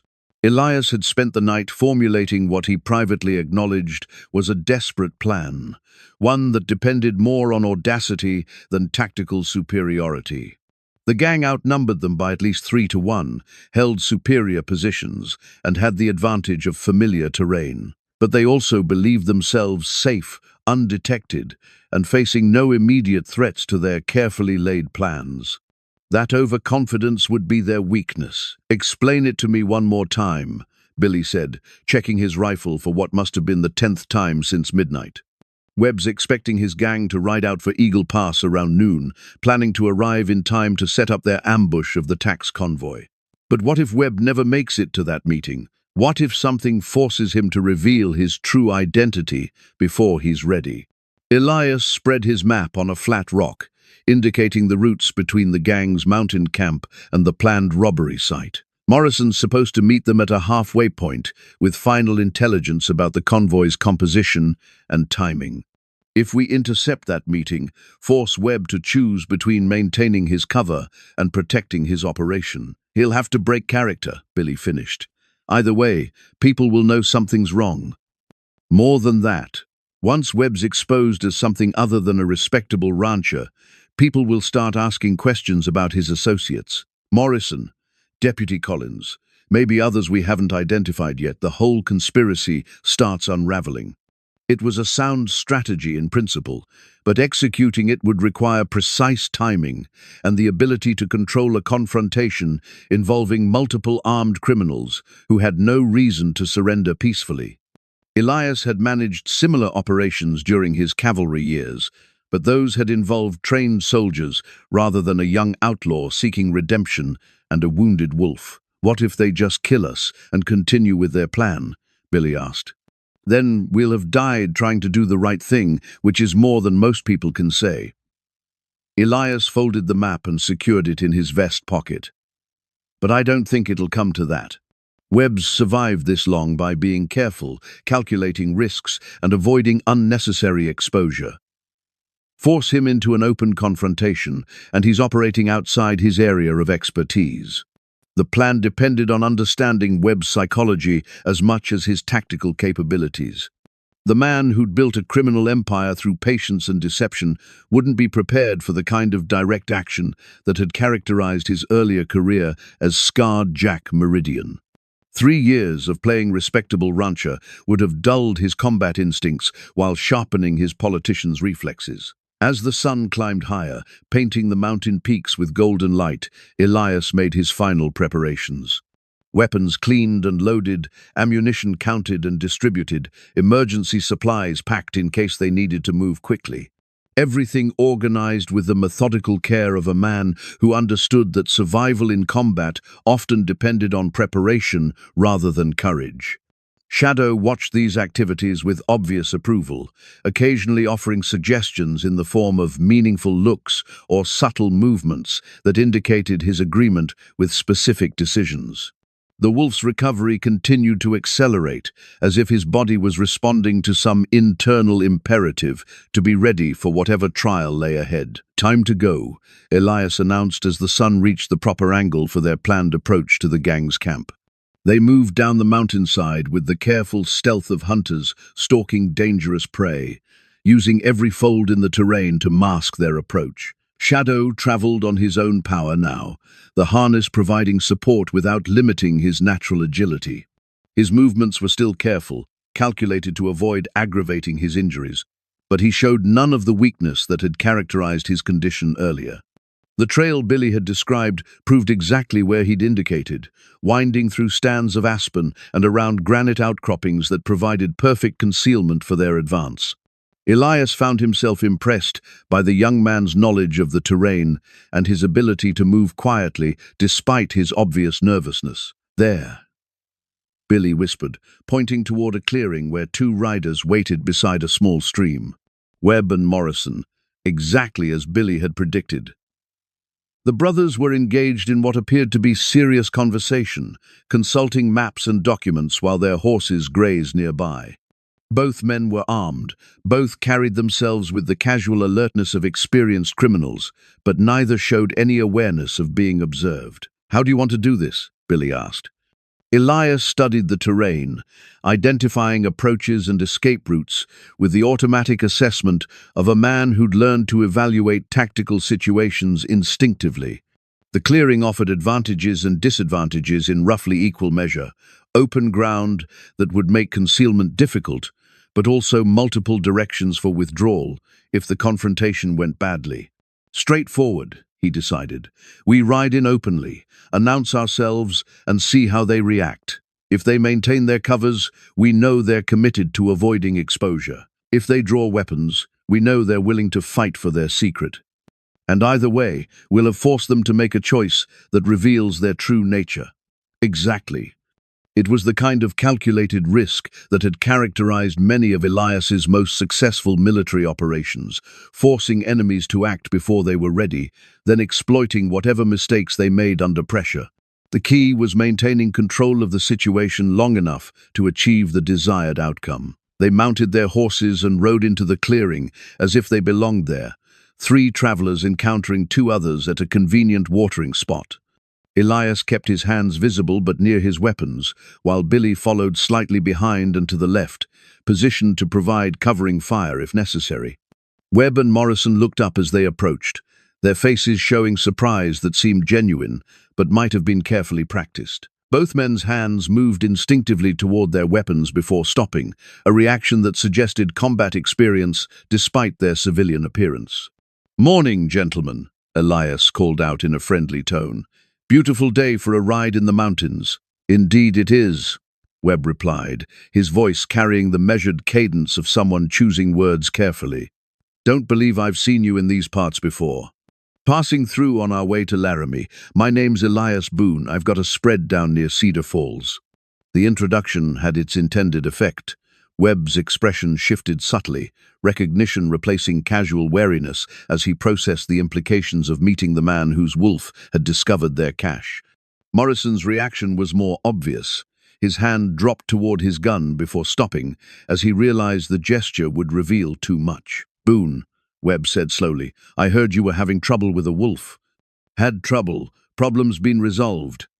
Elias gestured toward Shadow, who sat calmly beside his horse, but watched both men with predatory intensity. "Turns out the wolf was trying to tell me something important." The statement hung in the mountain air like gun smoke, its implications clear to everyone present. Webb's face went through a series of subtle changes as he calculated options and their likely consequences, while Morrison's hand completed its interrupted journey toward his weapon. "That's close enough," Morrison said, his banker's facade dropping away to reveal something much harder underneath. "You gentlemen need to turn around and ride back where you came from." "Can't do that," Elias replied calmly. "Got business to discuss with Mr. Webb here. Or should I say, Mr. Meridian?" The use of Webb's real name had the effect of a slap across the face. Both brothers went rigid, their careful masks falling away to reveal the cold calculation that had allowed them to survive when everyone believed them dead. The pretense was over, the careful deception that had protected them for 3 years finally exposed. "You don't know what you're dealing with," Webb said, his voice carrying a deadly certainty that left no doubt about his willingness to kill. "I know exactly what I'm dealing with," Elias responded. "The question is whether you're smart enough to surrender while you still can, or stupid enough to think you can shoot your way out of this." "Shoot our way out of what? There are 2 of you and 2 of us, hardly overwhelming odds." "3 of us," Billy said quietly, his rifle now openly aimed at Morrison's chest. "And I know where you keep your gold, your maps, and your lists of people marked for assassination." The revelation that Billy had switched sides hit both brothers like a physical blow. They'd trusted him with sensitive information, brought him into their inner circle, and now found themselves facing someone who knew enough to destroy everything they'd built. "You little bastard," Morrison snarled, his hand moving toward his gun. "Don't," Elias warned, his own weapon now covering both men.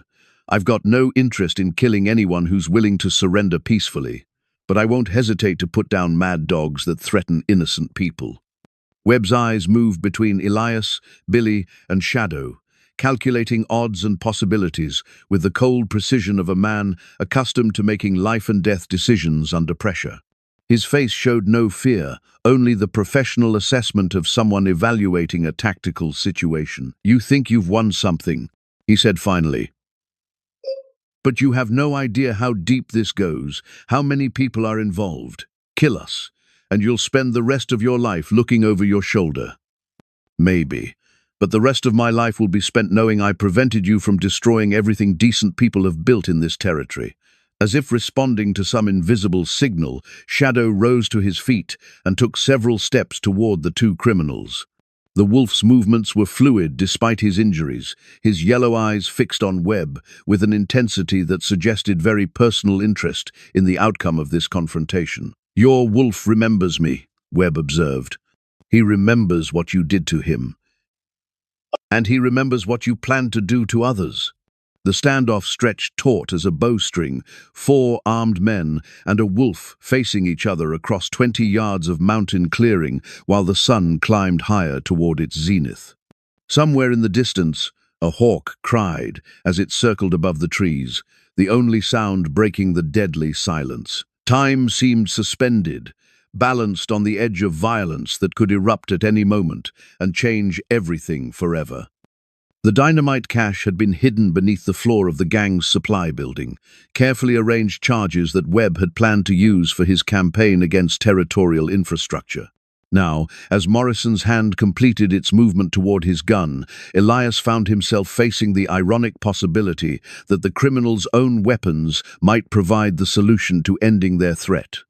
The first shot came from Morrison, fired in desperation as he realized surrender meant facing justice for 3 years of accumulated crimes. The bullet went wide, striking a tree behind Elias and sending bark flying, but it shattered the tense standoff and sent everyone diving for cover. Elias rolled behind a fallen log, his rifle already tracking toward Webb's position as the gang leader scrambled for the protection of nearby rocks.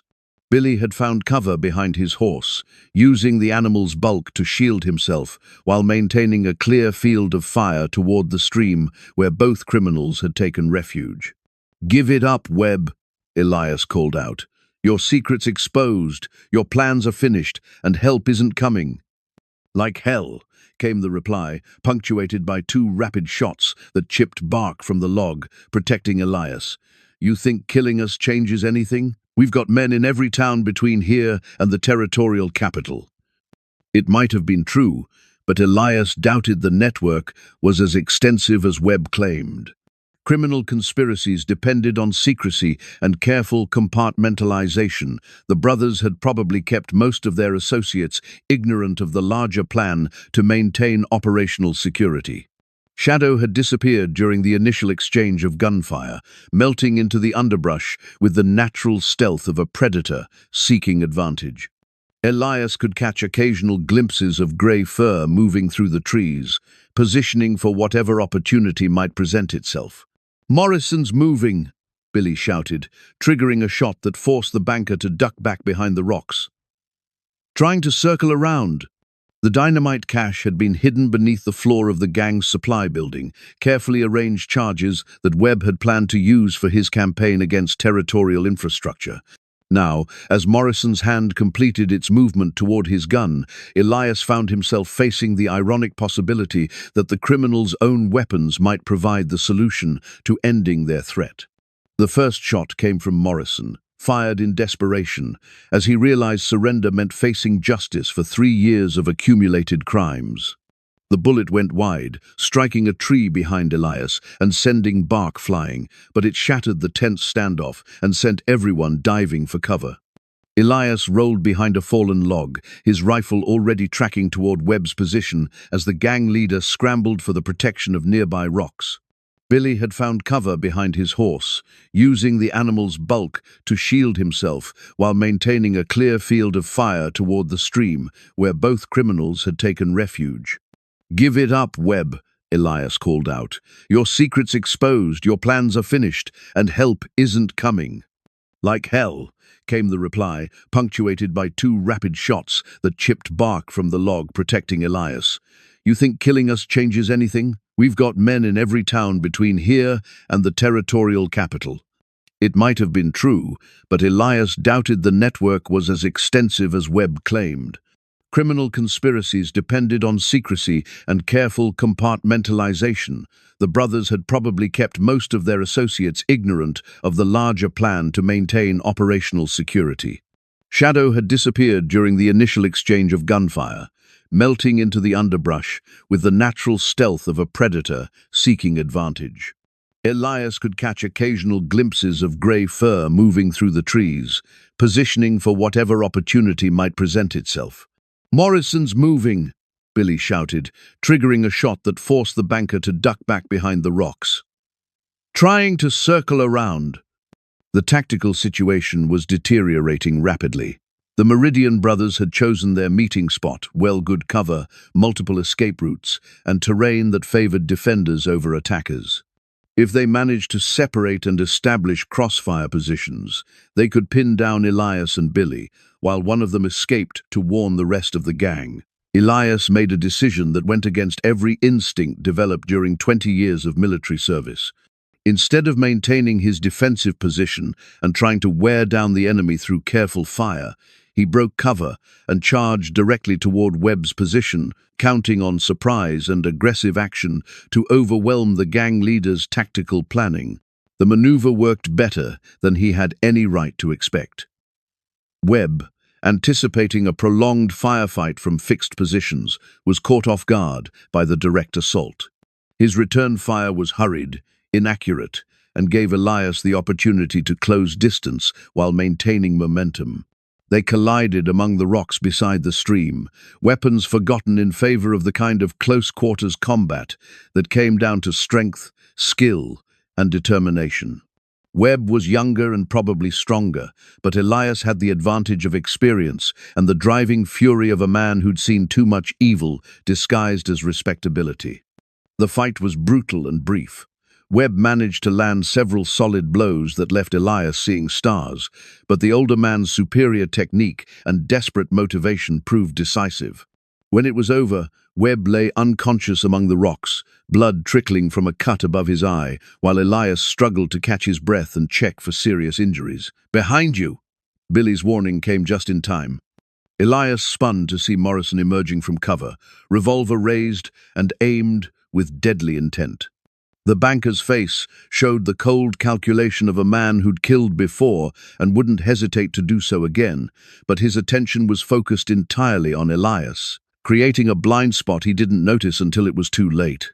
Shadow materialized from the underbrush like a grey ghost, moving with fluid grace despite his injuries. The wolf's attack was perfectly timed and precisely executed, a leap that carried him into Morrison's back just as the banker's finger tightened on the trigger. The gunshot went wide, the bullet striking harmlessly into the trees, while Morrison and Shadow crashed to the ground in a tangle of fur, teeth, and desperate human panic.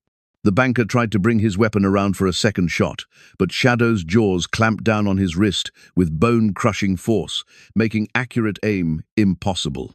"Shadow, enough," Elias commanded, and the wolf immediately released his grip and backed away, though he remained poised to renew the attack if necessary. Morrison clutched his injured wrist, his weapon forgotten in the dirt beside him. "You broke my arm, you bastard!"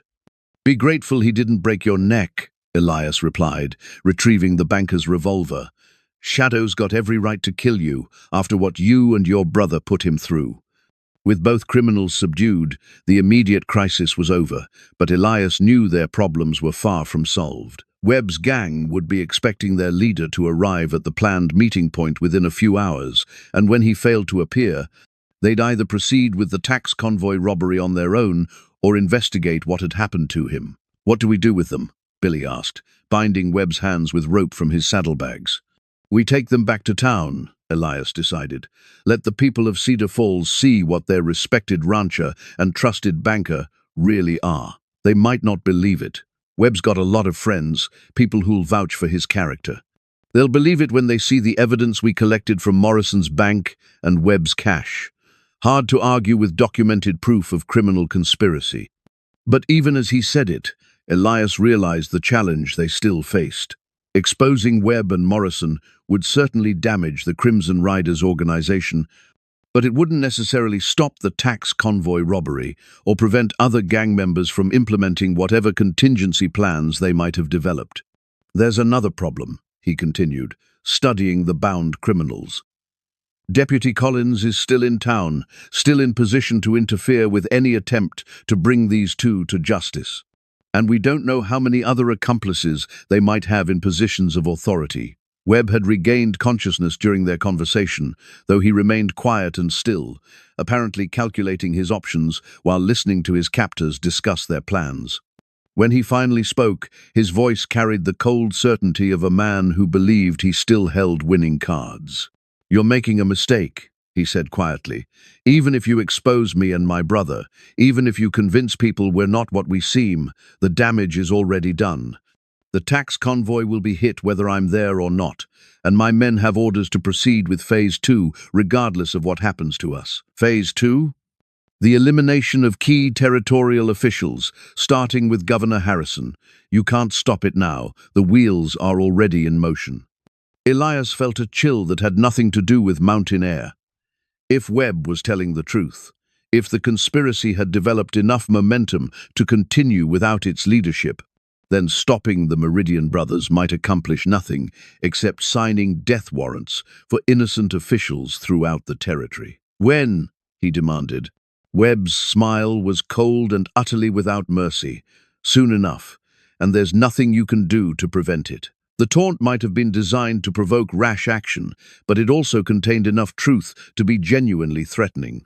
Criminal organizations that survived for years typically developed the kind of operational independence that allowed them to function even when leadership was compromised. "Maybe," Elias said finally, "but we can sure as hell try." He began gathering the weapons and equipment scattered around the clearing, preparing for what might be the most important ride of his life. If there was any chance of preventing the assassinations Webb had planned, they'd need to reach the territorial capital ahead of whatever killers were already moving toward their targets. Shadow watched these preparations with obvious approval, his tail moving in what might have been anticipation. Whatever damage his encounter with the Crimson Riders had done to his body, it hadn't diminished his spirit or his willingness to stand with his human friend against whatever dangers lay ahead. "You ready for one more fight, old boy?" Elias asked, checking the wolf's harness and making sure his injuries weren't being aggravated by the recent violence. Shadow's response was to walk toward the horses, moving with fluid grace despite his wounds, ready to continue whatever journey justice demanded. "All right then," Elias said, mounting Copper and checking his weapons one final time. "Let's go save a territory." The silver spurs that had adorned scarred Jack Meridian's boots for over a decade lay scattered in the dirt, where they'd fallen during his final struggle, their polished surfaces catching the afternoon sunlight like fallen stars. Elias picked them up with hands that trembled only slightly, studying the ornate metalwork that had been crafted by Mexican artisans and worn by a man who'd used them to terrorize the frontier for years. Webb, no longer able to maintain his respectable facade, glared up at him from where he lay bound against a tree, his face bearing the marks of their earlier fight, and his eyes burning with the fury of a predator finally brought to bay. "You think you've won something," he snarled, blood trickling from his split lip. "But this is bigger than me, bigger than my brother. Cut off one head, and two more will take its place." "Maybe," Elias replied, tucking the spurs into his saddlebag. "But at least those heads won't belong to men who've spent years earning the trust of innocent people just to betray it." The ride back towards Cedar Falls had taken them through country that seemed different now, the same mountains and valleys, but viewed through the lens of knowledge that changed everything. This wasn't just beautiful wilderness anymore, but terrain that had sheltered one of the most sophisticated criminal operations in territorial history. Billy rode alongside, his face showing the strain of everything they'd discovered and the weight of decisions he'd made that couldn't be undone. Morrison, bound and secured to his horse, remained sullenly silent, perhaps calculating what mercy he might obtain through cooperation or what revenge he might achieve through continued defiance. But it was Shadow who concerned Elias most. The wolf had pushed himself beyond his physical limits during the confrontation, and now the adrenaline that had sustained him was fading, leaving behind the reality of injuries that were still far from healed. He moved carefully beside Copper, his breathing labored and his steps showing the deliberation of a creature fighting to remain upright through sheer determination. "He needs rest," Billy observed, noting the wolf's condition. "We all need rest, but first we need to make sure Webb's gang doesn't succeed with whatever they're planning." The challenge of stopping a criminal conspiracy that might already be in motion weighed heavily on Elias's mind. Even with the Meridian brothers captured and their secret exposed, Deputy Collins remained in Cedar Falls, positioned to interfere with any attempt to organize effective resistance. And somewhere in the territory, assassins were moving toward targets that included the governor and other key officials. "There's the town," Billy said, pointing toward the cluster of buildings that marked Cedar Falls in the distance. From their elevated position, they could see the normal activities of a frontier community, people moving about their business, smoke rising from chimneys, children playing in the streets. It looked peaceful, prosperous, completely unaware that its trusted banker and respected rancher were actually notorious criminals whose capture might trigger a wave of violence that could destroy everything they'd worked to build. "How do we do this?" Billy asked. "Just ride into town with our prisoners and hope people believe us?" "Something like that. Though I suspect the evidence will speak for itself once people have a chance to examine it." Elias patted his saddlebags, which contained the documents they'd gathered from Morrison's bank and Webb's mountain cache. The paper trail was overwhelming detailed records of criminal activities, correspondence with known outlaws, and plans for territorial takeover that no honest person could dismiss as forgeries or misunderstandings. But first, they had to survive whatever reception awaited them in Cedar Falls. As they descended toward the town, Shadow suddenly stopped moving, his ears pricked forward and his body tense with alert attention. The wolf was staring toward the main street, where something had caught his attention that human senses couldn't detect. "What is it, boy?" Elias asked, following Shadow's gaze but seeing nothing unusual. Then he heard the sound of rapid hoofbeats approaching from the direction of town, multiple riders moving at speed that suggested urgency or alarm.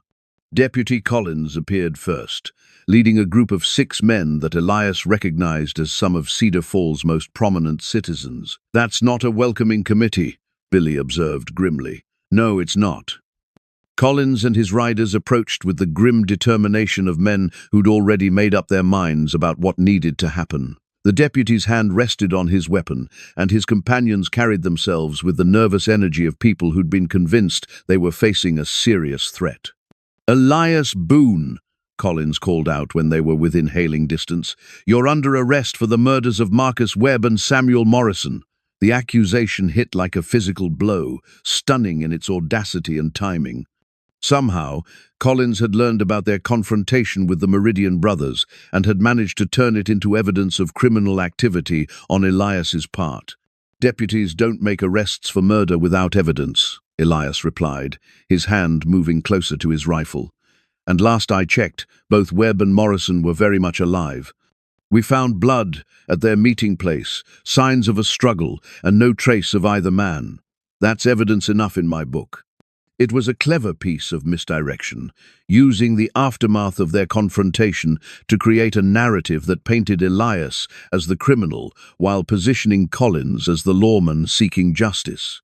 The deputy had probably been watching for signs that the Meridian brothers' operation was compromised and had moved quickly to control the situation when they failed to return as scheduled. "Check your facts, deputy," Billy said, his voice carrying a confidence that surprised Elias. "Webb and Morrison are right here, alive and available to answer questions about their criminal activities." He gestured toward the bound prisoners, and Elias saw Collins's face change as he realized his carefully constructed narrative had just collapsed. The deputy had expected to find evidence of the brothers' deaths, not their capture and exposure.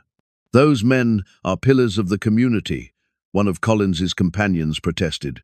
"Whatever you think you've discovered, we've discovered enough evidence to hang them both." Elias interrupted, drawing the collection of documents from his saddlebags.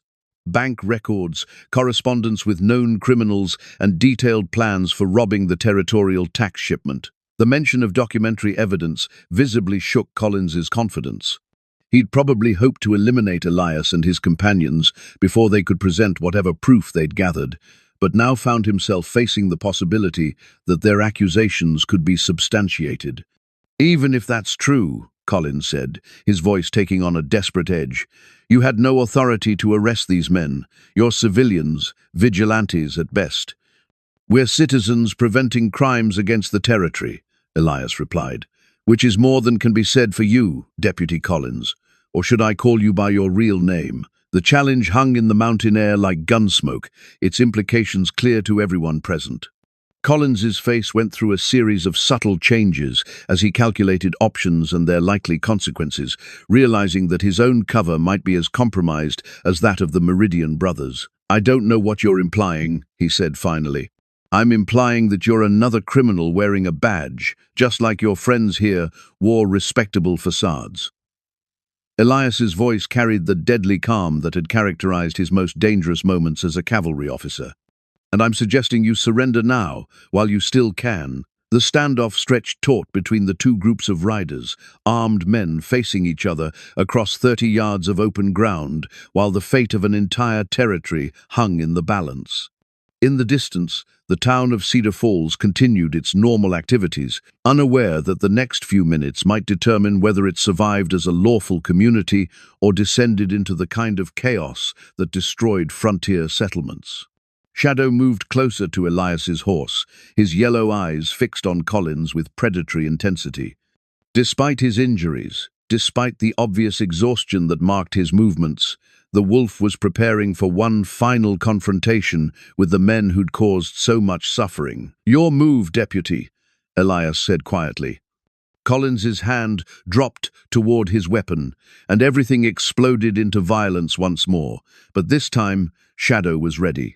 The wolf launched himself forward with a speed and grace that belied his injuries, covering the distance between groups in seconds and striking Collins just as the deputy's gun cleared its holster.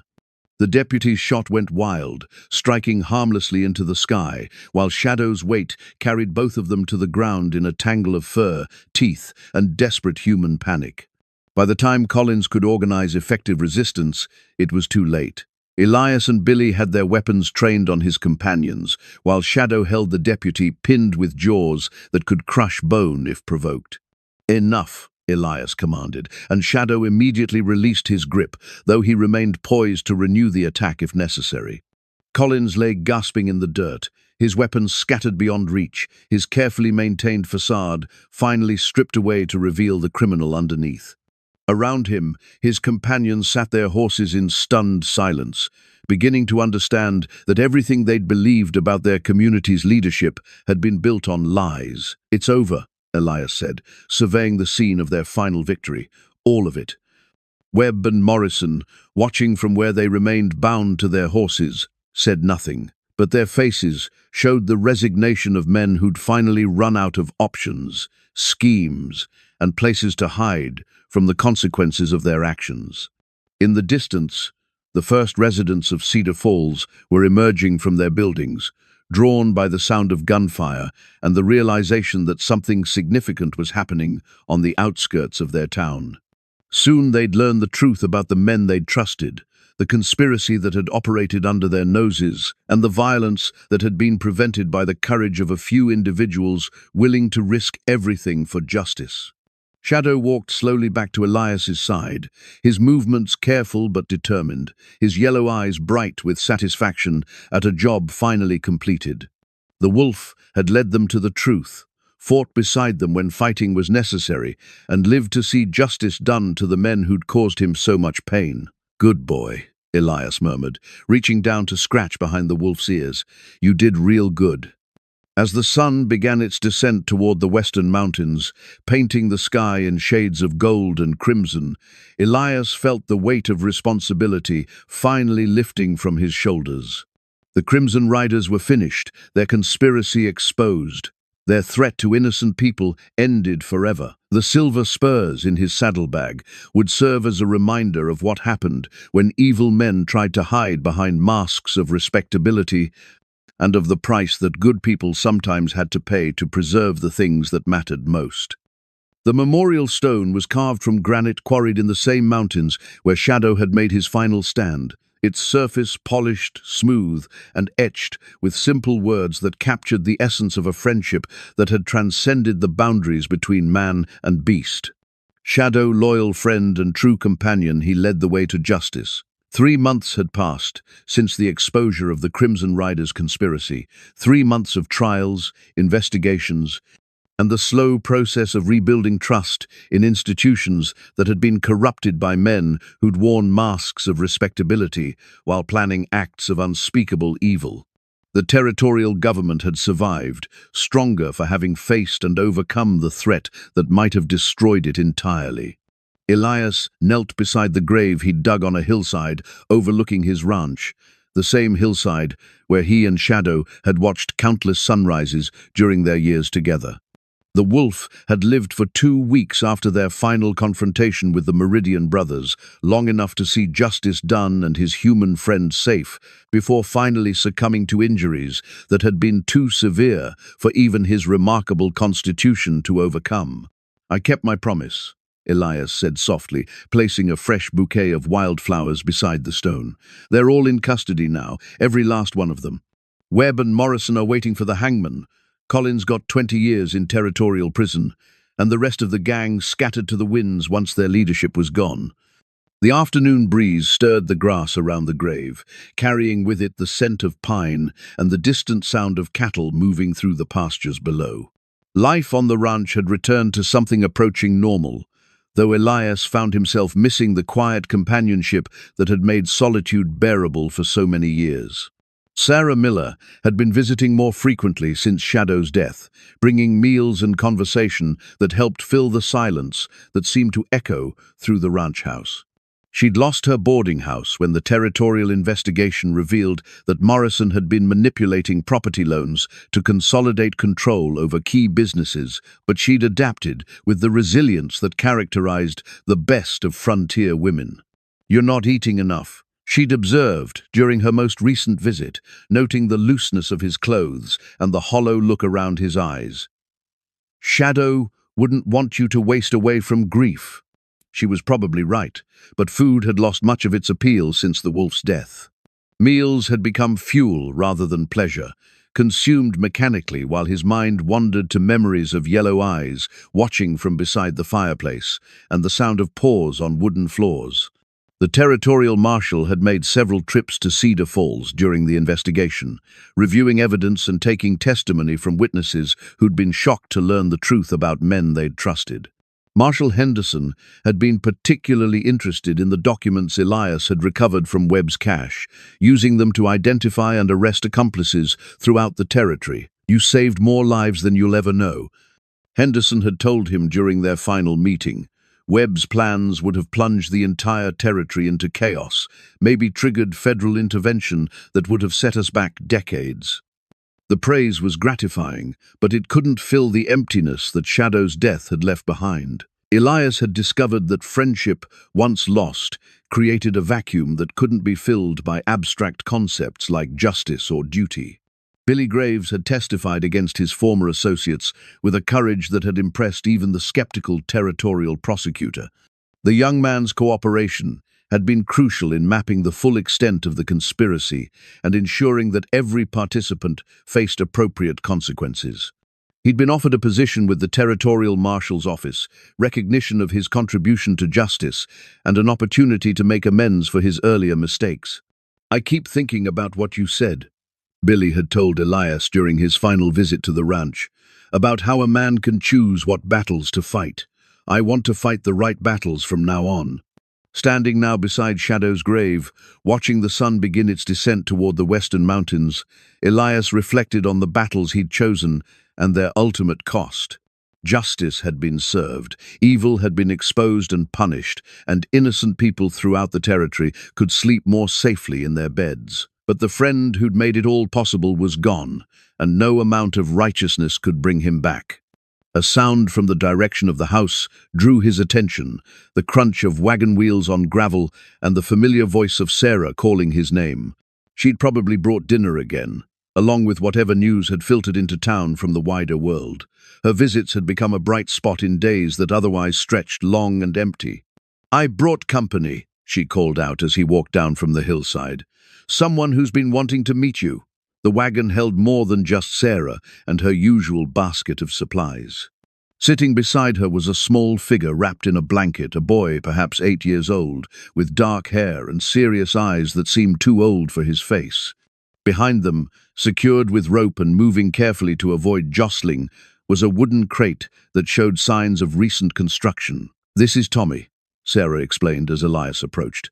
"His parents were killed in a Crimson Riders robbery near Laramie 2 years ago. He's been staying at the territorial orphanage, but well, the territory thought he might benefit from some time in the country."